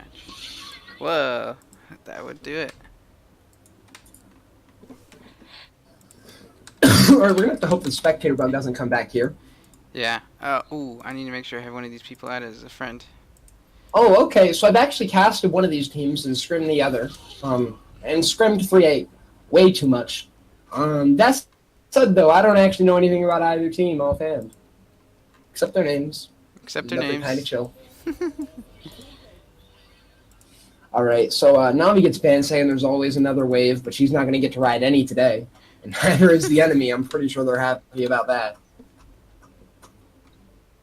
Let's see. So now we do Fox Gaming. Is this the Academy team to their Academy team? No. I don't think so. Kindred and Fiddlesticks are junglers, and by that I mean Kindred is a jungler. Swamps the fact that they want to go Lucian, and we're going to see the Vladimir picked up. Both of those really strong picks, very heavily considered meta in this league.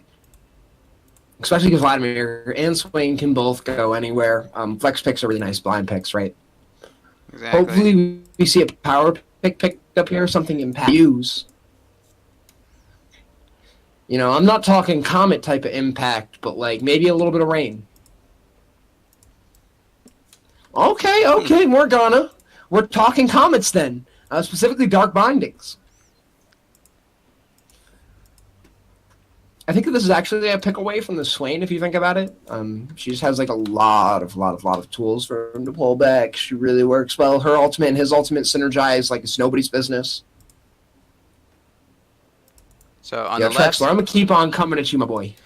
the left side is Team World Class, and the right side is Emergent Feeders. In case you wanted to know the name of each of the teams.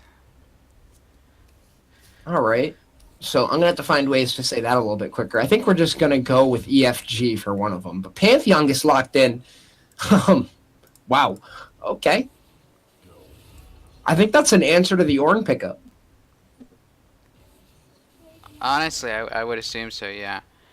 Ari being banned out, not seeing too much play, but maybe it's one of she did get the charm buff. She did get the charm buff. You're right, and then or not the charm buff. She got a like bigger buff this patch. My bad. No, it was charm. It was charm. Charm was the one that was buffed. It was like lower mana cost, I think. I'm trying to remember off the top of my head. Yeah, that's not gonna happen for me. I am not an Ari player. We see the Brand Brahmin and the Zed ban. I don't really like the Zed ban here with the Morgana Pantheon and Vlad picked unless they know something I don't know. Like 3-8 doesn't play any of those. I just don't see in what world Pantheon would have an issue with Zed. Or really Vladimir. Vladimir's usually able to avoid most of the Zed damage as well. But, I don't know, maybe they just... One of those champions you just can't play against, you know? Well, so Zed was banned on the opposite side, which is why... But I guess we're going to be going Hive Dinger in the bot lane here. No, but we are drafting our bot laner, at least that much is known. Varus Leona. Leona's not locked in I yet, feel like but... it sounds good. Honestly, I would have liked to see Rakan personally, though. I think Rakan would have offered a lot more utility for this team over Leona. But they're picking Janet instead. What? I think that's better, honestly. They don't have age for a comp that's pretty engage heavy. I think that she also has like some pretty decent follow-up, right? Oh, they're going Yasuo here, Trexlor. Come on, you see it. He's got a hover. Do you really think he's going to just swap it on you? Mess with your life? I just... When I see this Janet pick up... You have an important message to look at. Says a very mystical rogue. I don't know if you care. Important message to look at. Oh, jeez. I don't know if you know who that is. That's why I mentioned them in case they're just like messing with you. Looking through all my stuff. Vigar goes there, Morgana goes support, Pantheon goes jungle. Okay. I definitely think that both teams have actual team comps that want to do things, and I really, really, really enjoy that. I definitely think that the Cho'Gath is just a little bit, just a tad bit, you know? Mm-hmm. I'm just worried on the side of TWC that they don't have very much engage. They pretty much only got maybe a Swain spell and then Ornn engage. Albeit Ornn engage is very reliable. Entirely reliant on... I'm sorry, you spazzed out there really poorly. Yeah, I think Discord is like dying right now for whatever reason. Yeah, so Discord... so if you change the server here, or if anyone can change the server here, anything else, because the East Coast is getting hit by a rainstorm right now. Let's see if I have... Does that make sense? Yes. Let me change the region to U.S. Central. Yeah, that should... We're full bars now. Alright, good. We're back. We should be good. Yeah, okay, cool. Awesome. That change worked. Awesome. Yeah, we're back. Sorry, that wasn't League. I think that's... That was Discord. Yeah. Sometimes you have to switch servers when you know there's a rainstorm in one place. It happens. I'd write yourself a message if I were you to change that back, because that's one of those things that, like, no one remembers. Yeah, I'll write a message. I just try for clarity, because there are, like, quite a few people in this server. Yeah. So, sit. Do you prefer sit straight or sit?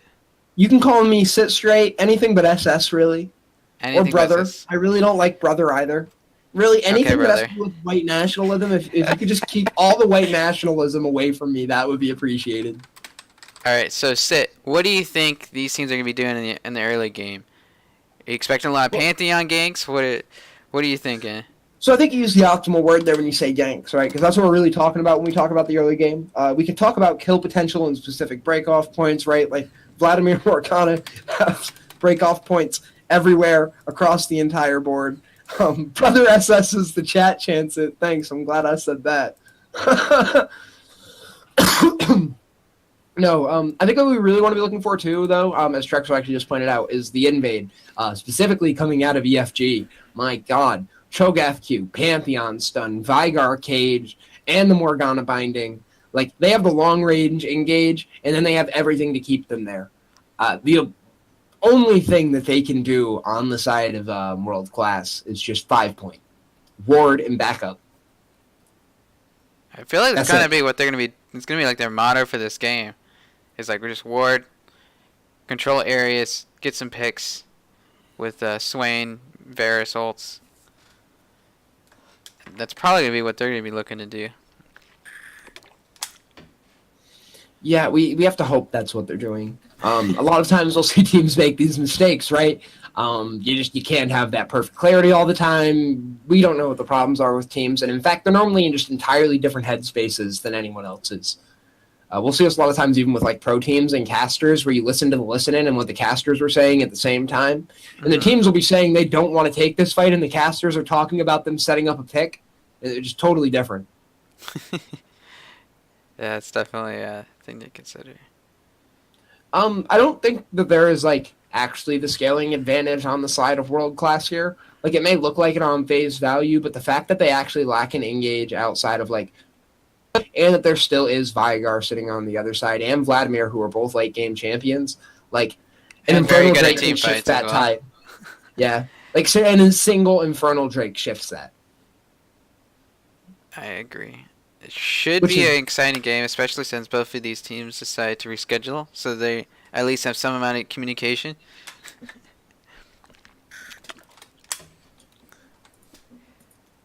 And I'm in the loading screen right now. Hopefully you are too. I could be wrong. Nope, I crashed. Wonderful. I'm back. Nice. So actually, someone pointed out, and I think this might be the right way to put this, and that is that there's a lot of magic damage on EFG. Mm-hmm. So I guess it's possible if you can keep Pantheon down for TWC to like pull this out, if they're playing in their right headspace and doing this, correctly. And I think that this is like really important to point out. The issue here, as always, comes when Pantheon doesn't get behind. If he even stays even, if he gets like ahead a little bit, like there's still going to be AD damage. Yeah. And it's going to be super amplified if they like prioritize MR. Yeah, the thing is like the later in the game, the more useless Pantheon becomes, right? So there's also that. Oh yeah, that's fair. Issue. That's fair. Like Pantheon has that huge just like dip in power, like past the 25-30 minute mark, where the only real usefulness he has is his ultimate, and even then that's like super unreliable. It's really hard to use it effectively, and for a team fight. So yeah, so all this makes the Vigar pick seem a little off base in the mid. Maybe they actually just would have wanted to go Ari here, and that's why it's banned, or even a Zed. Yeah, that way they could have all in on this mid-game power spike kind of composition they kind of have here. Because Cho'Gath actually doesn't look like we get the invade. Oh, that hurts so much. They're just doing 5 point. At least they're trained. They're doing it correctly. I'm sorry, yeah, actually, they're even doing it correctly. There's been some debate I've had with like quite a few people about if the jungler goes mid or if the mid laner goes mid. I think the jungler goes mid, so you don't show which side of the jungle. We have pause. Oh no, a pause. Let's see what's this in all chat. Top DC. Hacked. Someone's not in Discord. Be right back in 25 minutes. Gonna run to the store real quick. Yikers, 10 minutes tops. Please no. Hope that's just memeing. Seriously, I hope we only have memeing. But I think we got to draw attention to this because right off the bat we have a massive mistake coming out of EFG. We've identified that they're going to have a problem if they don't get ahead early, right? Like that much is clear to everybody, and we can just say that as like a fact of life without talking about all the what ifs that are League of Legends. So why are we not invading? Yeah, it seems like the right thing to do here, right? Am I wrong? I mean, you drafted so good at level 1. But like, if you don't execute on that level 1, you screw it up. You could ruin your entire beginning of the game. So I think that the only way it gets ruined, so there are 2 ways it gets ruined, right? One, Pantheon is going to have to start his stun instead of his like multiple jabs, which I think he'd rather start on a camp. But like that's pretty negligible. The really big one is Vigar might have to start his cage, but like this is solved by leveling up when you need it rather than beforehand, right? Like there's no rule that says you have to level up when you spawn into the game. So like just save it. You can even save it until a minute 20 if that's what you have to do. Just wait. And I think that would definitely be the best way to go about it because like if he can land it and do it, like it's 100% worth the investment. But if he can't, it's not. All right, it looks like we're getting our calls. Ooh. BRB making some chicken. What did you vote for in the chicken versus pizza poll that's basing his hat? There was a chicken pizza poll? Chicken versus pizza poll. In the so I prefer chicken. So but I didn't vote. Because I'm actually like not active in your Discord. So I was in a training class at that time, so I asked all the people at my table, and they were still split 50-50. And I was like, oh no. They didn't So, help me like, vote. This is all the analysis I think you need. Chicken and pizza are not mutually exclusive if you pick chicken as the, like... Yeah, you can have better chicken one. on pizza, which honestly is very delicious most of the time. Well, yeah, because chicken's better than pizza. You're just putting a better thing on a worse thing. But It's like putting Nutella... the thing is, like, a lot of them were like, New York pretzel. pizza, the best pizza. And I was like, yeah, I think I'm going to have to go with pizza. I ended up Okay, but voting New pizza. York pizza's a different animal. I know, exactly. Okay, that's not pizza. There's no that's... place. There's like no such thing as like New York chicken or Chicago chicken. There's not a thing, right? There is for pizza. Kentucky Fried. Kentucky Fried. That's about it. I guess we should talk about this game though. Stop talking about chicken and pizza.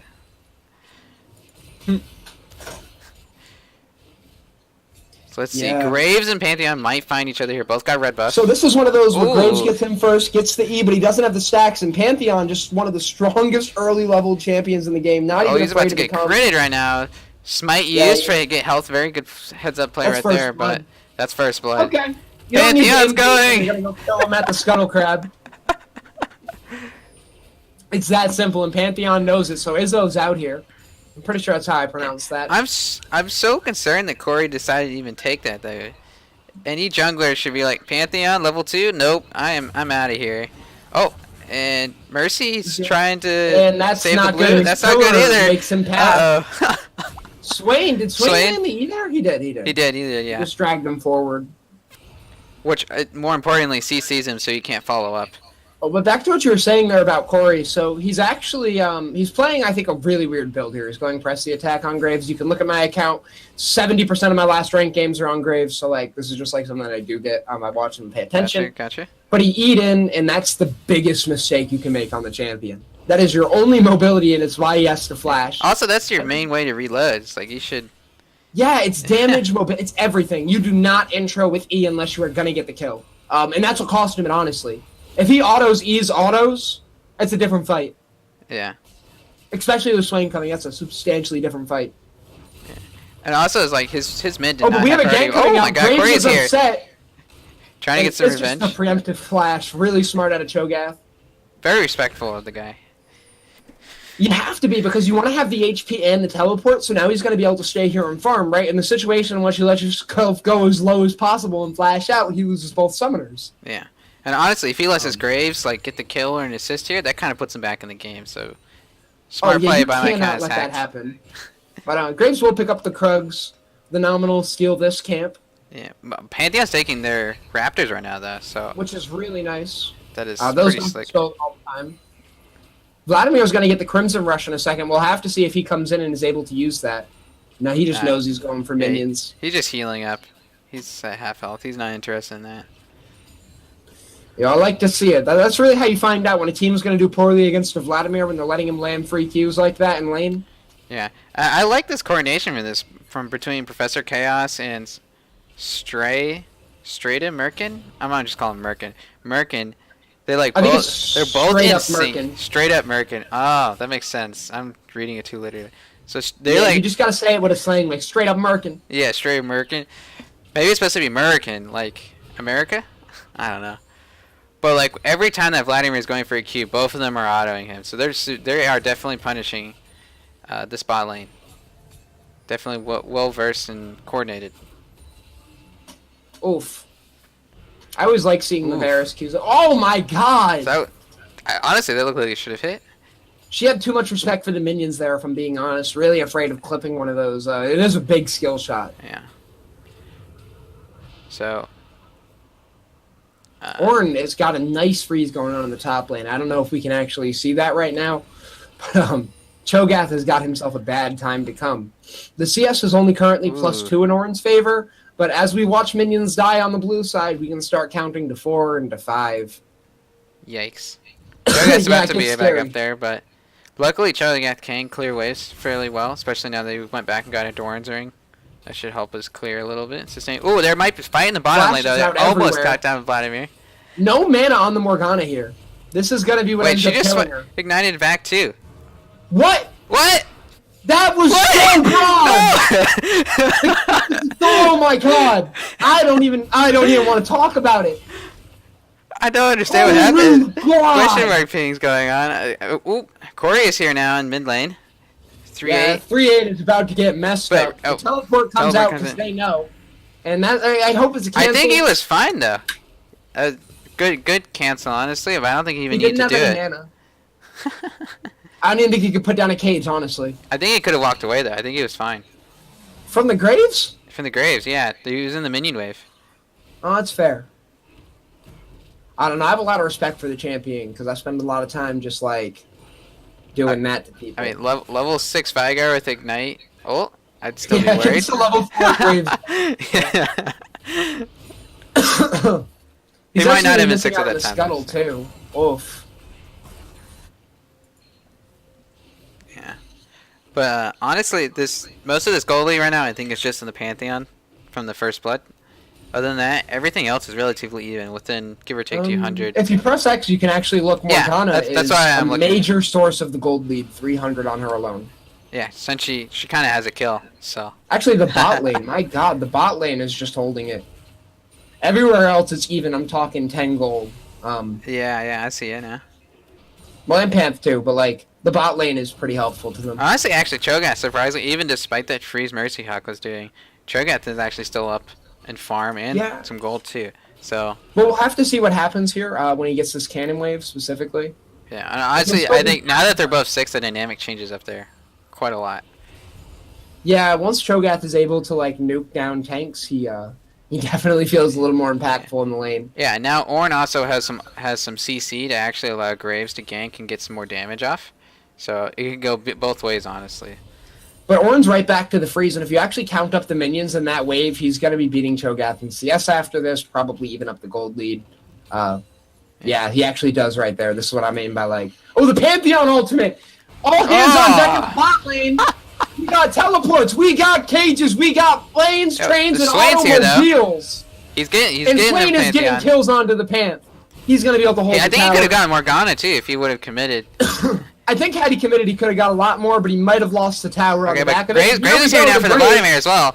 Ooh, very nice Anyas. Fighting a top lane as well. Again. Now that's the Morgana ultimate. Ooh. It's all Swain. He's going to have to play Janitor if he wants this. There's the first E and the kill onto Morg. Now he's got the W. Vigar has to take the fight. He misses the Q.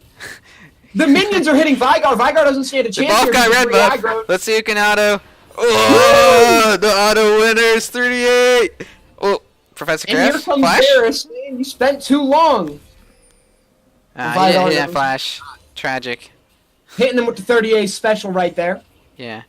Top lane was also like going ham at the same time, so like the directed camera was going swapping back and forth. It was all over the place. Pantheon right now is invading blue buff right now, so hold on. He's holding it with the control ward. He knows if Graves doesn't get the jump, he gets jumped on. There's the challenging smite, no ultimate. There's the, use of the ultimate, no flash. Ooh, close. Izzo almost had it. Corey dashed once again the minute he saw the Pantheon, similar to the first blood that he had earlier, so I don't think he's learned his lesson yet.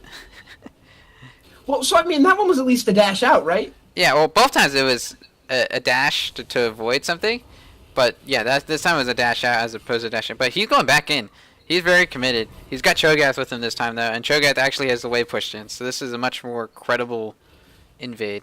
Ornn has ultimate? No, he doesn't. Okay, so this is totally. Oh, he's going in. He's going in.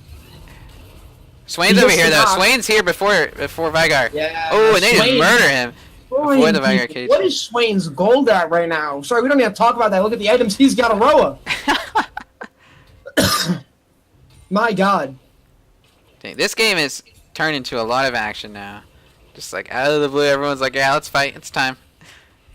So this is the part of the game where EFG needs to take this 1K gold lead they have and explode on it. Yeah, otherwise they're going to have such a hard time with MR stacking from this Ornn. And from probably Reese's Cup to some extent too. I expect he'll probably get a Spirit Visage or something. Well, Pantheon has the gold where they can't MR stack now. Oh, Pantheon ult down bot lane. Yep, Andy's going to get it. That's the kill and the Janna ultimate and the binding. It doesn't even matter. Gets filleted like a steak. Master. They're trying to answer top lane right now. I think they got it though. Hopefully? Please? No? Oh no. Wow! No! Yeah, so that's some timidness there by Corey to not want to get the kill, looking like he wants to give it over to a tank. Never done that in my life. Yeah, it's like, if I'm Graves, I'm like, I'm getting this kill, right? It's like, yeah, I'm playing Graves. The Ravenous Spot comes out. No, exactly. I'm playing Graves. That's my kill. I think that was just a misplay by Corey playing really passive, especially passive for a player who eat in on a Pantheon at level 2. Oh. And off the back of that, they lose the bot tower. I'm sorry. Sometimes I get tilted for other people. I feel you. I feel you. But honestly, this is exactly what EFG was looking for. They're looking for mistakes and to punish them and murder the Swain in mid lane. Just like that. Did you even hear that? I heard the laugh of Vigar and Swain was dead. Yo, I think that's how it is. Vigar kills you before you hear his laugh. It's just like a bullet, but less fun. Honestly, yes. Ocean Drake going over right now to Oh, EFG. no, it is not. It's leashing itself back, saying, I don't want to die, I'm too young. Yeah. Well, 12 minutes is not young for a dragon, and he gets smited away. As Pantheon picks up, I want to say his 3rd or 4th scuttle of the game. Didn't Pantheon Aegis Shield, the passive there, used to block epic monster hits? I guess it doesn't anymore. So it's abilities, the monster hits. Ah. The dragon shoots abilities at you, and the Herald uses an ability when it does the wind-up. Gotcha. I only know because I played Nocturne for like 2 seasons straight as my main. So you can spell shield it now, okay. Yeah, you learn those like weird little things, because you get the AS boost when the dragon hits you and you save the hit. You can basically solo mountains at level 2. Oh, wow. Yeah, because you get the that's a little bit much. You'd have to actually build like a rune path to do that, and then you'd be useless all game. Like, there's a way to do it, but you have to dedicate your entire game to that. It's really dumb. Yeah. But if you get to like that early Infernal or something silly like that, that'd be good. Oh, Vigar See, might the be thing is, getting you can't do it to the Infernal, but we have a fight coming in. Corey, you're a bit low. Is just, I cannot understand for the life of me, Corey, as 3-8 is just picking up kill after kill, and it's another late Oh, very good flash by alternate. Reese's Cup. Hopefully, very good flash. Oh my gosh, there's so many little people he missed. So low, and Swain's oh, he got the snare. He's gonna get him.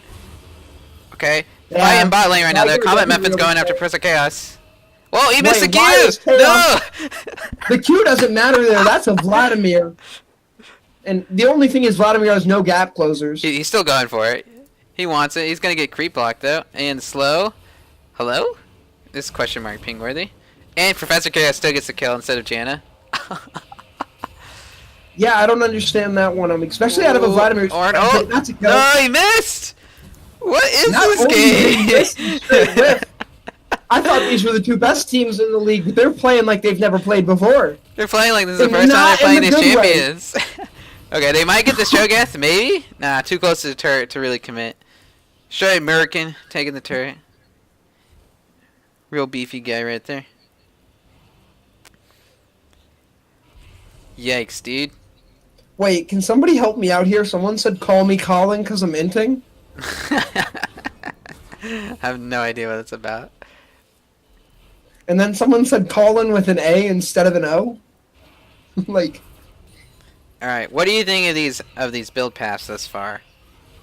Well, I think that that's a dead Varus. Yeah, we don't need to talk about dead Varus. He got popped. Yeah, the Vigar walked for it, he got stunned. That's the history. Rage Blade's normal, right? There's an Ardent Sensor coming out of Janna. We would have liked to have seen that a bit earlier, but like obviously not viable for him. Morgana's been just wrecking them. You definitely go. Oh, sorry, Cho'Gath's about to get a kill here on the Graves. Oh no, he learns to save his E. Whoa! Insane. And look at his flash is still up. 4-man mid right now though, so they definitely got this turret. Yeah, EFG is definitely mobilizing on their advantages here. They're doing what they need to be doing if they want to win. I think they have to be doing this, though, just a tad bit faster. Like, foot on the gas. Yeah. They're slowly getting there, but yeah, definitely needs to... By 25 minutes, you need to have, like, all the outers, probably. Now, that said, though, there is a fine line to walk. I just always like to mention it because it's really easy to mess it up. Because you're going to lose, right, if TWC does get to a later portion of the game, you do not want to take every fight. Your goal isn't to increase the net gold. Sorry, we get another fight here. 38 wants to Vigar looks to be doing just that. Really nice Janna ultimate. Yeah. And that's all hands on to Cho'Gath. Yeah, he goes down. This is just a wipe now as TWC finally got the team fight they've been waiting for. Izzo's trapped. Poor guy. Izzo gets to Dizzo. Combat Muffin? Can't get out. Good snare by Morgana. Rush, not enough. Morgana trolls Vigar, forces him to take the long way home. I think he'll be fine. Not after he decided to cut that way, we could think, but no, it looks like he'll be good as Morgana comes, says, I'm sorry, lands the binding, and they say, what if we get a kill for our troubles, though? Jeez. Is he maxing Vigar's Event Horizon? The W? No way. Is he? You can check. Click him. Yeah, I'm about to. I just did. He's maxing Q. He's maxing Q. Okay, I was gonna say it just does that much damage. He has that much AP already. Oh god. Come to think of it, if you were gonna max anything different on Vigar, I'd imagine you'd want to max your E, because doesn't that increase the stun duration? Yeah, increase the stun duration and and reduce the cooldown on the cage, which is the whole purpose of the cage. Yeah, the W is supposed to be a 1-point wonder just because of the AP ratio is so high. But what do you think of Shirley's Reverie on Morgana? Is that like normal now? I think it was before the item got like pretty. Didn't it get tanked hard on like everything that was valuable on it, like movement speed and? Gives 5 movement speed, 10% CDR, and then still has the active. I can understand the active on Morgana. It makes sense.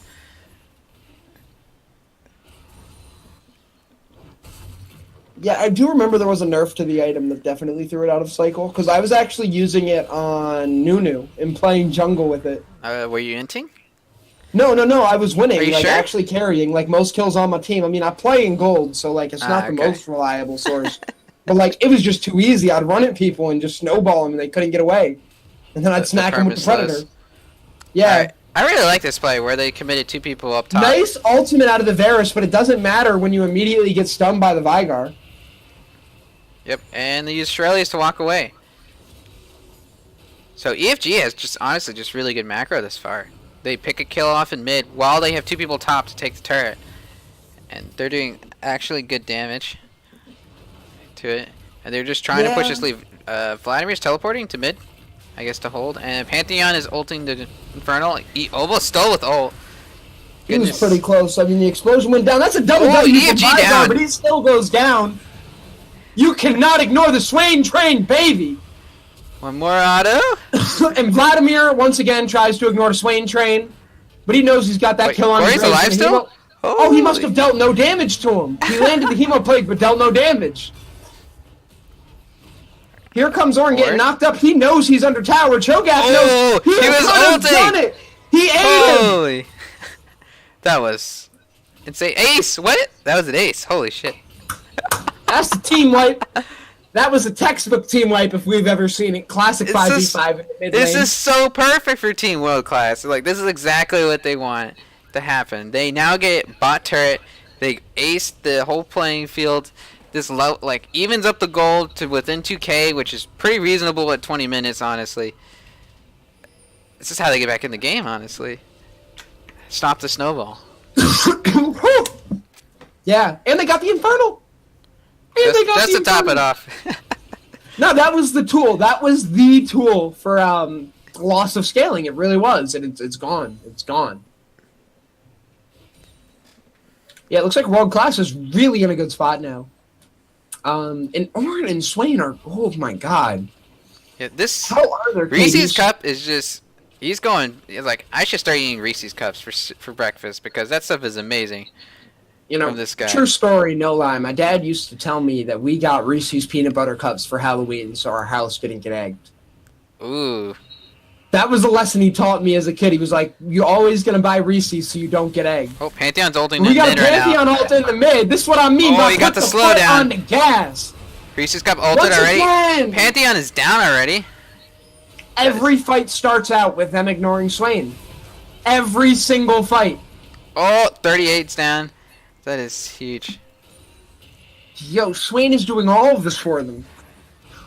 One of these fights have to start with an engage on him, and that's a dead Morgana stays around too long. Here comes that Ornn engage, though, and as we know, Swain and Ornn are the team. Dodge it. Varus is just poking in the back. This is free for them. The question is, do they get out? Ooh. Yes, they got The answer is only one. Oh, here comes Vlad. He says, I got skill. I got class. Combat Muffin, oh, my God. Swain says, but I got a double kill. And they're going to keep going. They're going to keep going. There's no reason for them to stop. Pantheon's about respawn is about to show up, but the scoreline, the gold is even. Literally, Team World Class actually has a gold lead now. It's like, this is not looking good for Emergent feeders. No, this is where their team finally turns online. Where we're definitely going to be beginning to have a problem is I'm not sure if Professor Chaos can do it. Like, I've been watching this Varus play, man, and I'm still having flashbacks to that, like, fight under, the enemy tower. But, like, do they really need him when you got Reese's Cups? It's totally possible that you don't, but I think if you want to win the late game, you do. You need an ADC doing auto attacks in the backline. You do. Look at this smart build from Reese's Cup, too. He already has a Spirit Visage 3rd item. So he's looking to be able to tank up 38's burst and actually be able to take him down, which I think honestly is why he's surviving so long and why they're kind of ignoring him in these team fights, because he's so tanky at this point to the team. Ooh, they're going in. Oh, yeah, that's a stun. That's really close, but oh my god! I mean, if we're talking worth, that was definitely worth for the Vigar. I mean, Janna, more gold. Goodness gracious! Actually, Janna's sitting at 06 and 9. She's not worth anything. Exactly. I didn't even realize that. Janna's worth the control word. I said that to a Oh, sorry, we have a Swain engage here. He says I can fight Cho'Gath. Yeah, I'm not going to go below 1,000 is what he says. As he lands another E, and he pulls him back this time just to slap him in the face and tell him, what are you doing here? I mean, he is slowly checking him out, even despite the minion wave and his passive, the Cho'Gath passive, giving him back some health. Corey's in the wings here. How does Cho'Gath passive give back health? Whenever he kills minions, gives him back health and mana. Yeah, I got you. So I just couldn't remember that offhand, and I just wanted to make sure I knew what was up. Yeah. It's really good in the early game for laning, especially because it's kind of like Nasus, where sometimes you can ignore people if they just tickle you. Dark Binding gone wide, but the game seems to have slowed a little bit. They're plotting here on 38, and here they go in. Yumu's popped. Yep. Corey is going after this guy, but he might get him back, Vigar. It looks like he did, but Professor Chaos gets his 2nd kill of the game. Yeah, now we got Ornn fighting the Pantheon, who pops the Yomus just to get away. He knows what's coming for him. Yeah, I don't think he needed to run there, though. The Morgana was right there. Fitch Kilroy could have Dark Binding him. I thought it was a bait, if I'm being honest, until he just kept running. Yeah. It was a lot like the Waterboy movie. Yeah, the thing is, I don't think EFG has much. They don't have any vision on the blue side there, near the blue buff for TWC, so he didn't really know where anyone else was. So that's why he's like, yeah, I'm gonna book it. I don't know if they're coming over here or not. So why did Janna go Moby boots? Janna go I have no idea. I guess to go fast. You want CDR. Well, it looks like he's about to get another one of the what's the item that builds out of the 2 fairy charms? It gives CDR, or yeah, it gives CDR. That I'm pretty Redemption? sure. No, the intermediate item. The mana item. Yeah. Forbidden Idol? The Forbidden Idol, yes. Uh-oh. Yeah, that's a great chunk. No. Oh, they committed so hard for that, though. And they didn't get him. Oh, my God. Everyone comes in, but they never got the Drake. Meanwhile, the Swain's, like, in the back line just murdering everybody. Kill Vladimir. Oh, my God. Swain? Reese's? Oh, my God. Yeah. What HP? Decides when they want to pop off, and they do it. Look at all the birds. Honestly, they could try and do Baron right now if they weren't also low, sadly. That's the sad part right there. That would have been the best play.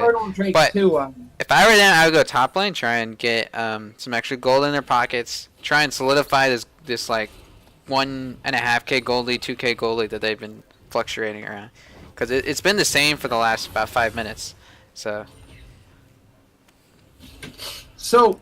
I actually wish we could have seen this game without the 2 Infernal Drake lead for World Class, because I want to know who could have pulled it off. But like once you give the 1, I mean, that's when we began to see the turnaround, right? And then Yeah. once you saw the second one go over, that's when world class. I mean, at this point, we can only imagine what they do is going to be something that requires us to call 911. Like, I'm going to report an assault. Call the riot police, you know? Seriously. Might have to get Trindamere on the phone. Alright, what do you think? Camp says I'm the karaoke. What do you think of these builds this far? On the Varus. He's about to finish his Bork. Varus should start Bork, go Wits End second. Yeah, he got a QSS, which I'm pretty sure is for the Vigar or the Morgana Dark Binding. That way he doesn't get caught out as much. Pretty sure he's been suffering. It's just like the correct build on... Or he might be caught out right now, though. Yeah, they're finally looking like they can keep on fighting back, but it looks like Vladimir may not be able to out-heal this. Ooh, he got his ult off, but... he doesn't even get the, what's it called off? Crimson Rush. Yeah. And... But yeah, Varus build, definitely a mistake. You want to go Bork, Wits End, then Rageblade. Especially with a team that's this heavy in magic damage. Yeah, the Wits End would have probably gone really far, actually, against this Vigar. Mm-hmm. I agree. But, he's doing good. Against the Vigar? Against the Vigar and the amount of AP on the other team, yeah. Wits End gets EMR. I forgot about that. Dude, I'm just thinking you want it for this, this... Dude, I haven't played League since November, and I remember this. Come on. Yo, man, you think I've built Wits End lately? I just know that every single Korean player who plays Varus builds it Bork and then Wits End. Sometimes they go Rageblade instead of Wits End second, but like that's literally there has to be no AP on the team at all. And honestly, most of the time it's also because they just got a huge lead. Sometimes too. Koreans will they'll buy the more expensive stuff. Well, so I've noticed there's a lot of part buying, but like I won't talk too much about it because I'll give away my Graves build eventually. Although, can we talk about what Corey's doing here with Graves? Because it makes me want to go to him, find him at his house, and ask him why. Yeah, what is he building with 2 daggers and a pickaxe? So maybe I just don't know. Oh, he just finished it. He just finished it. He's you finished Stormrazor. Stormrazor's a fine third item. But you know what the best second item is? It's not Yuma's, I'm assuming. It's a Black Cleaver. The Black Cleaver? My god, every pellet deals a stack of it for Graves. Every pellet applies a stack of Black Cleaver. The only champion that utilizes Black Cleaver better is Darius. And that's just because of his passive. Yeah. Goodness gracious. Yes, why does Varus not have the Nashers too? Because he's not going the Korean build, that's why. Ah. Oh, y'all, I'm telling you, Koreans are on to something 90% of the time. Y'all just gotta listen to what they're doing. Take their builds, and then figure it out. If you can't figure out why they're building what they're building, don't build it, because you don't understand it yet. But you're on top of a ward. Morgana lets him know she's nice. Oh, that was pretty close. On the Vanguard cage. Yeah. 38. Azari comes right back and goes right back out. Morg is just constantly dishing dead. Combat muffin, what? Alright, Shirley's being used to disengage. Oh my god, Corey's gone. He's just gone. Oh my god! But they got combat muffin. Oh my goodness. He didn't even get the ult. Morgana with the perfect ultimate. And the Pantheon all right behind too. Holy. And there goes the Varus. He has jumped on, filleted, and skinned. And now you can ignore the swing because he has near nothing valuable. Get out before you lose your HP, kiddos. Yep. I guess no one told Cho'Gath.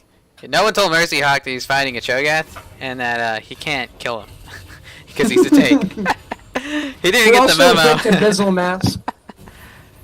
Yeah, both of them have Abyssal Mask, which kind of makes sense. I mean, looking at each other's team comps and who's doing very well in the other team. It's like, if I see the 11-2 and swing, like, yeah, I'm going to build some MR. Yeah, screw this. I think there's a strong case here he should have gone Adaptive Helm. And by strong, I mean it will block the Varus W passive on hit. Any Wits End he buys would still get the same reduction, right? Like, if that were to be the path he goes, whichever one is. I mean, it could be his next item. It's going to block the Ornn W. It's going to block the second part of the Ornn ultimate, right? Because you're going to get hit by the first part, then the second. Mm-hmm. The same thing with the second part of the Graves Q. Even the Swain ultimate. Isn't that physical damage? Graves Q? Oh, yeah, it is. My bad, my bad. But come on, man. I just listed off like 8 abilities, got one wrong. That's pretty good. I only mentioned the one you got wrong, sorry. No, that's the right thing to do, though. You go adaptive helm here, right? Right. Like, you deal with the fact that there's just so much of it. I have a feeling that might be his next item. I feel like this Cho'Gath's been playing pretty smart. I mean, his account was hacked by a 200 IQ person. He probably someone that knows. I mean, Ornn built it. Ornn knows you want the adaptive helm. Yeah, especially against Vladimir. Oh yeah, hell yeah. Vladimir, Morgana. I mean, even Veigar to some extent, with the amount of Qs he can throw out. Well, wait, what's his Q cooldown? Oh, now you got me looking. It's like 4 or 5 seconds, I think.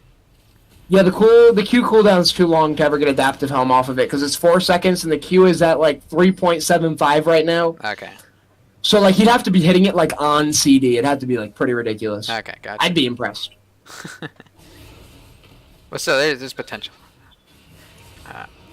Honestly, I would like to see Mercy Hawk in top lane right now because there's a big wave up there that he could have utilized. He could have gotten that turret, especially if they're not even contest this dragon.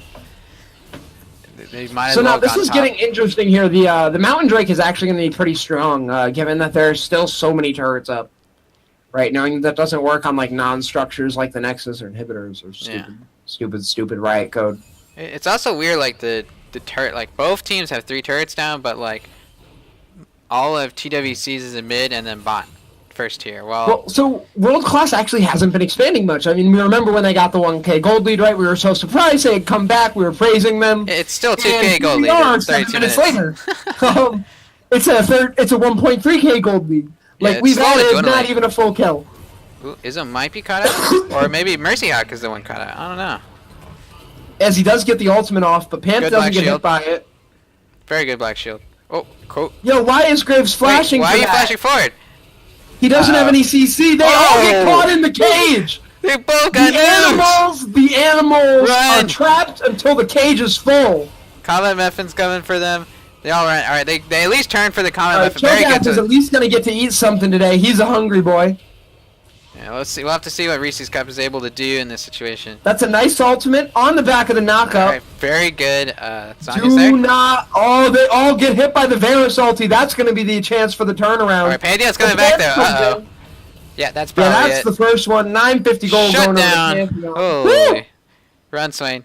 Or run, Varus. My God, shut down like Pantheon was the FCC. All right, he got to safety. I didn't see the Dark Binding. I don't know. And they're gonna go for the Baron. Honestly, I think this is a good play by them because they just pretty much aced the other team. Corey just now respawning, and yeah, with the Mountain Drake they just got, it's actually very useful in taking this Baron down much quicker. Very crucial here, actually. Yeah, the Mountain Drake was definitely a weird one. I still think these two Infernals value, given that World Class just like...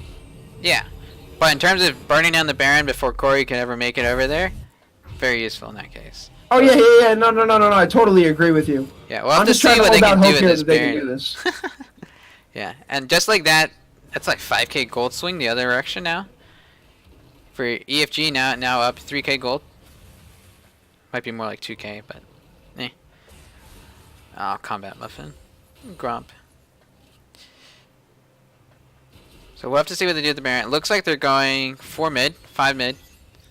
I think Pantheon's also going down mid. So they're planning to commit just straight for inhib, I'm guessing here. That's kind of their goal. And it would be a shame to see them not get an inhibitor right here. It's 35 minutes. It's not like they have a crazy amount of actually good wave clear either.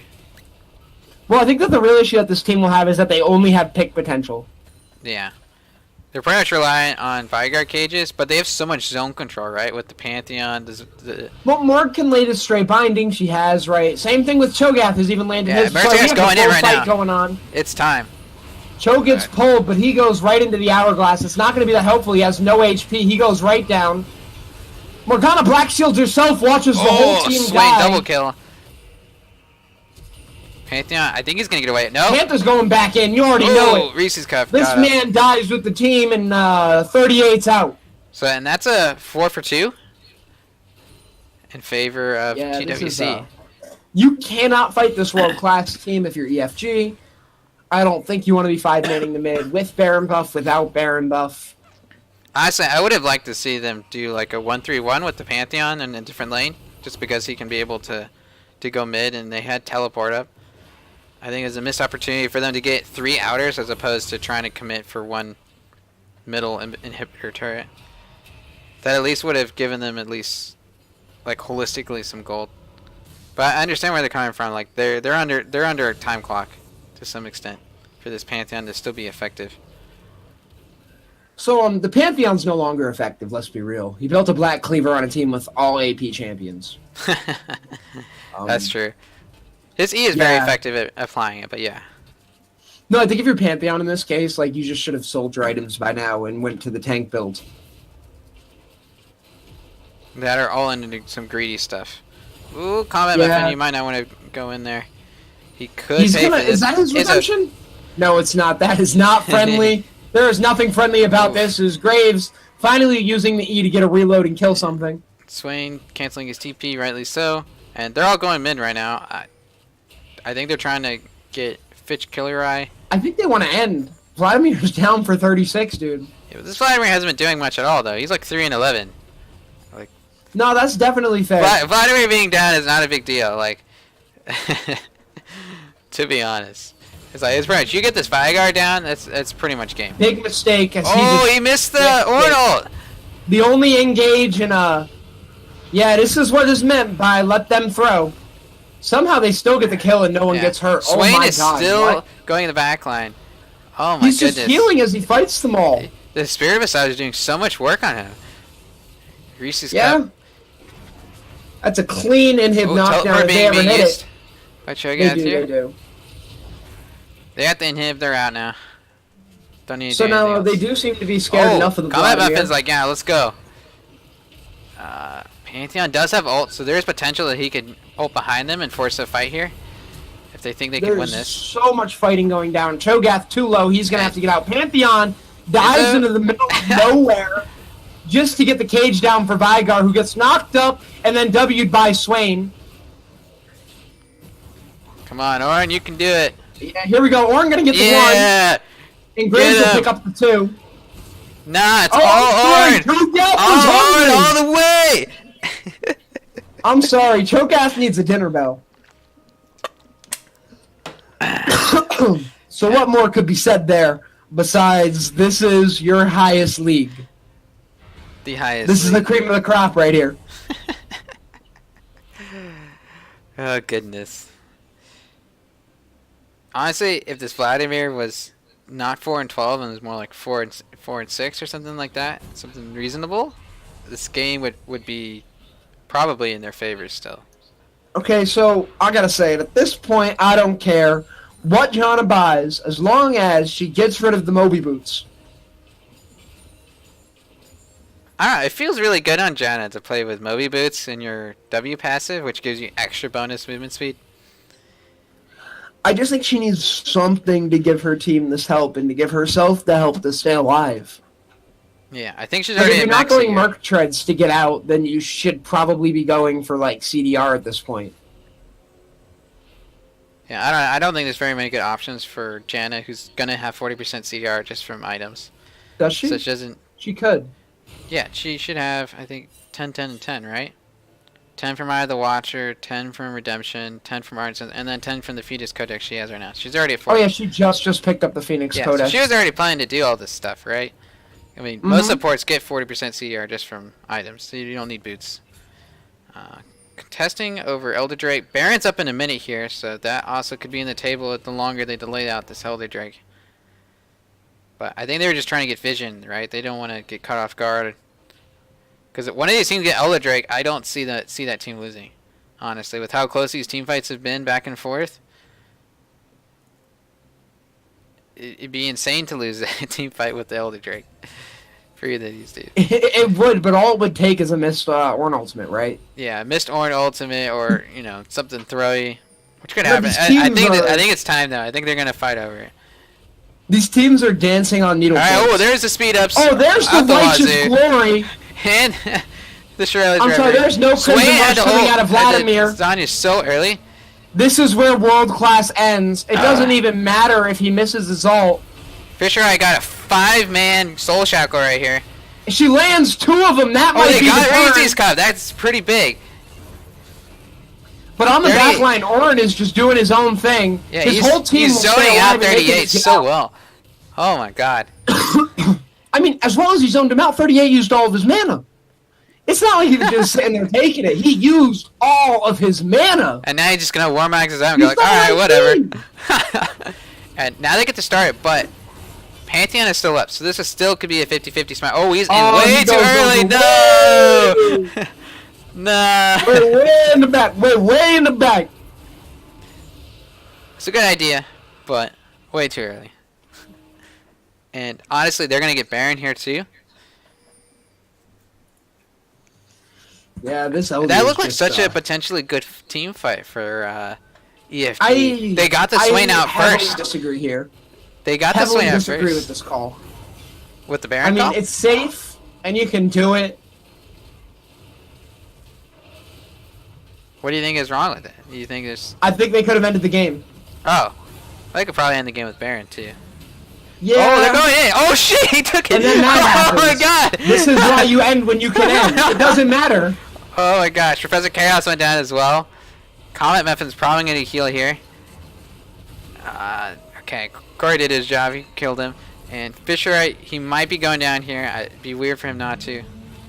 No, I mean, Graves is the only person who can auto-attack towers, and he seems too low to do it. With Cho'Gath and Pantheon alive, they're going to survive the Baron and Elder Drake from TWC. And there goes his Guardian Angel. Got ticked from the I'm sorry, they could have ended. But Reese's Cup, now he's got the Baron. Yeah, who does have the Baron on the other side, actually? So I think Corey's 94's got it. Mercyhawk, I'm pretty sure, has it. I think that's about it. Wait, Vikar's slaying the Baron. What are you talking about, bro? Oh, on the other side, you're right. It's Cho'Gath. It's That's why I said who has it, and then you start listing off all the wrong people. That's why I said the play was poor, man. Like, I called it, and then it happened because Vigard just throws his W in. And that's what happens when you decide you don't want to end the game, because you think it's better to do what you think you do. Oh, I have people.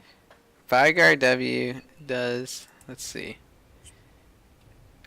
does 1,800 damage. Vigard W can actually outsmite you.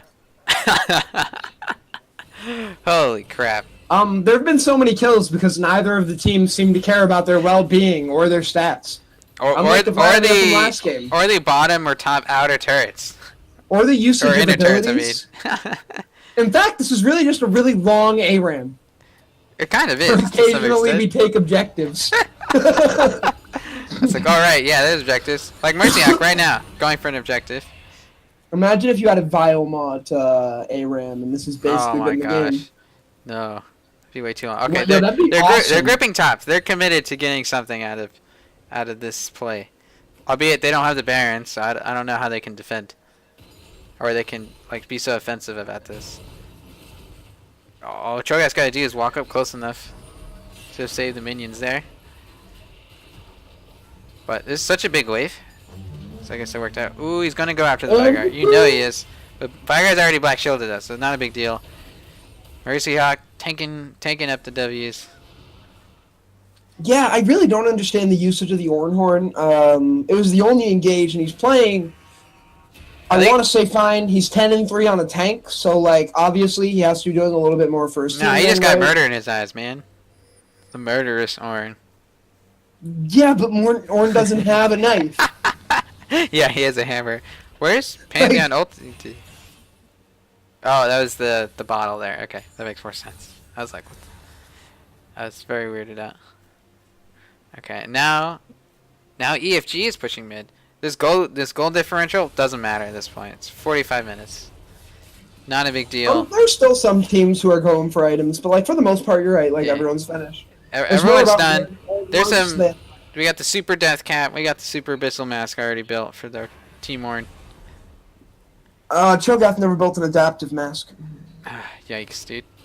I do like the need for Grievous Wounds though. They do have a Swain with Spirit Visage.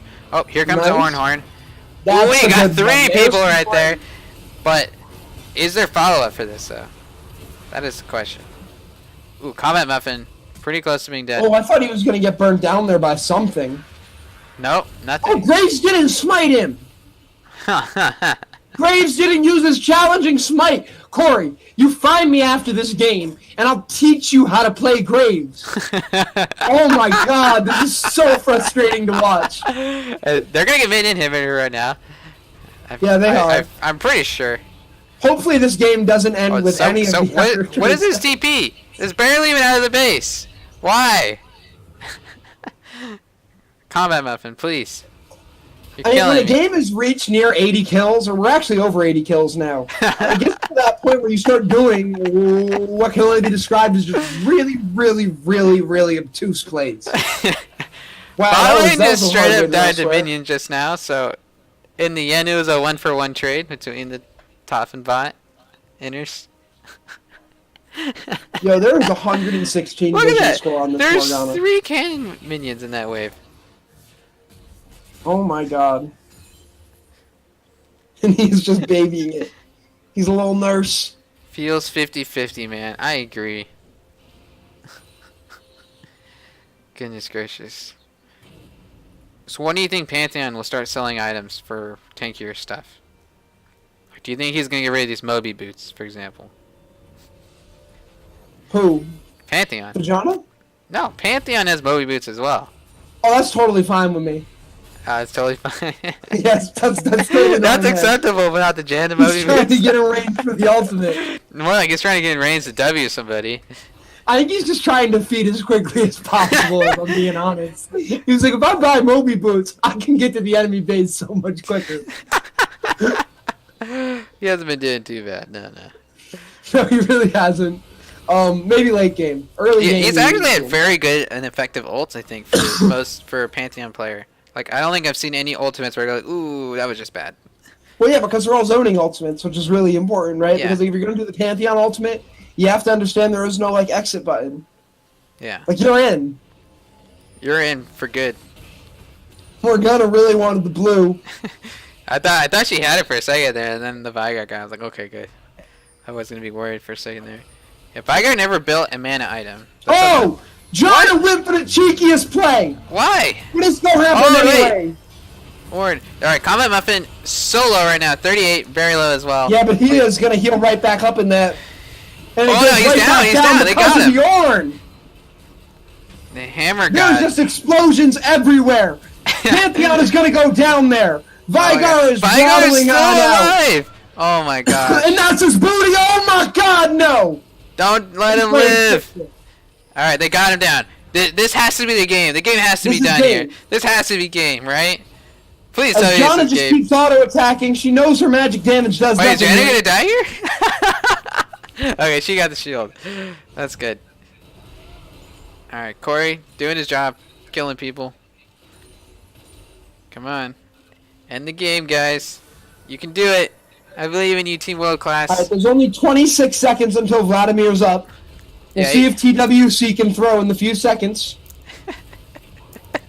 And it they looks do like they not. pull it off. They're No successful. throwing today. They're winners. Well, congratulations to World Class for finally doing what we all thought you could do and knew you should have been doing. And look, to think about it, this game played out exactly like we thought it would. The longer the game went on, the better chance, you know. Actually, nah. It's the exact opposite of what we thought. Nah. We were wrong. I feel sad now. What? No, the longer it went, the better World Class got. That's only because they got 2 Infernal Drakes. The other team had Yeah, Vigar, I didn't Vladimir. want to see it without that. I thought Vigar Vlad would be the one that did it. I was being honest. Yo, Trexlor is over here. Trexlor is on the complete opposite side. He called it. World Class is going to do this. That's what he Look called. at this And then Vigar Infernal damage. Drakes happened. And Holy it turned into a clown fiesta. All right, Trexlor. Look at this All right, Vigar I have a- damage. You see this I'm gonna Vigar take a damage? peek. Oh. Yeah, 38's really good, man. Really, really good. Yeah, he's just good. Like, do you remember the fight where I literally had to point out he had no mana after being zoned out the whole time? Yeah, well, he Like, never bought a mana item. He was completely dependent on blue buff. Well, it's not just blue buff, it's Vigar's passive. Yeah, and Vigar passive too, but The Vigar Pretty much passive blue is passive. awesome. You burn through all your mana and it just comes back. Right, but I have to go. I've been here for about 4 hours now. Slowly having a mental breakdown. And by 4, I mean 3, but let's not talk about it. Well, I had a great time with y'all. Yeah, thanks for Cassie. Are we off? Not yet, but we can Oh. be off. Goodbye, Hi, Ascension. people.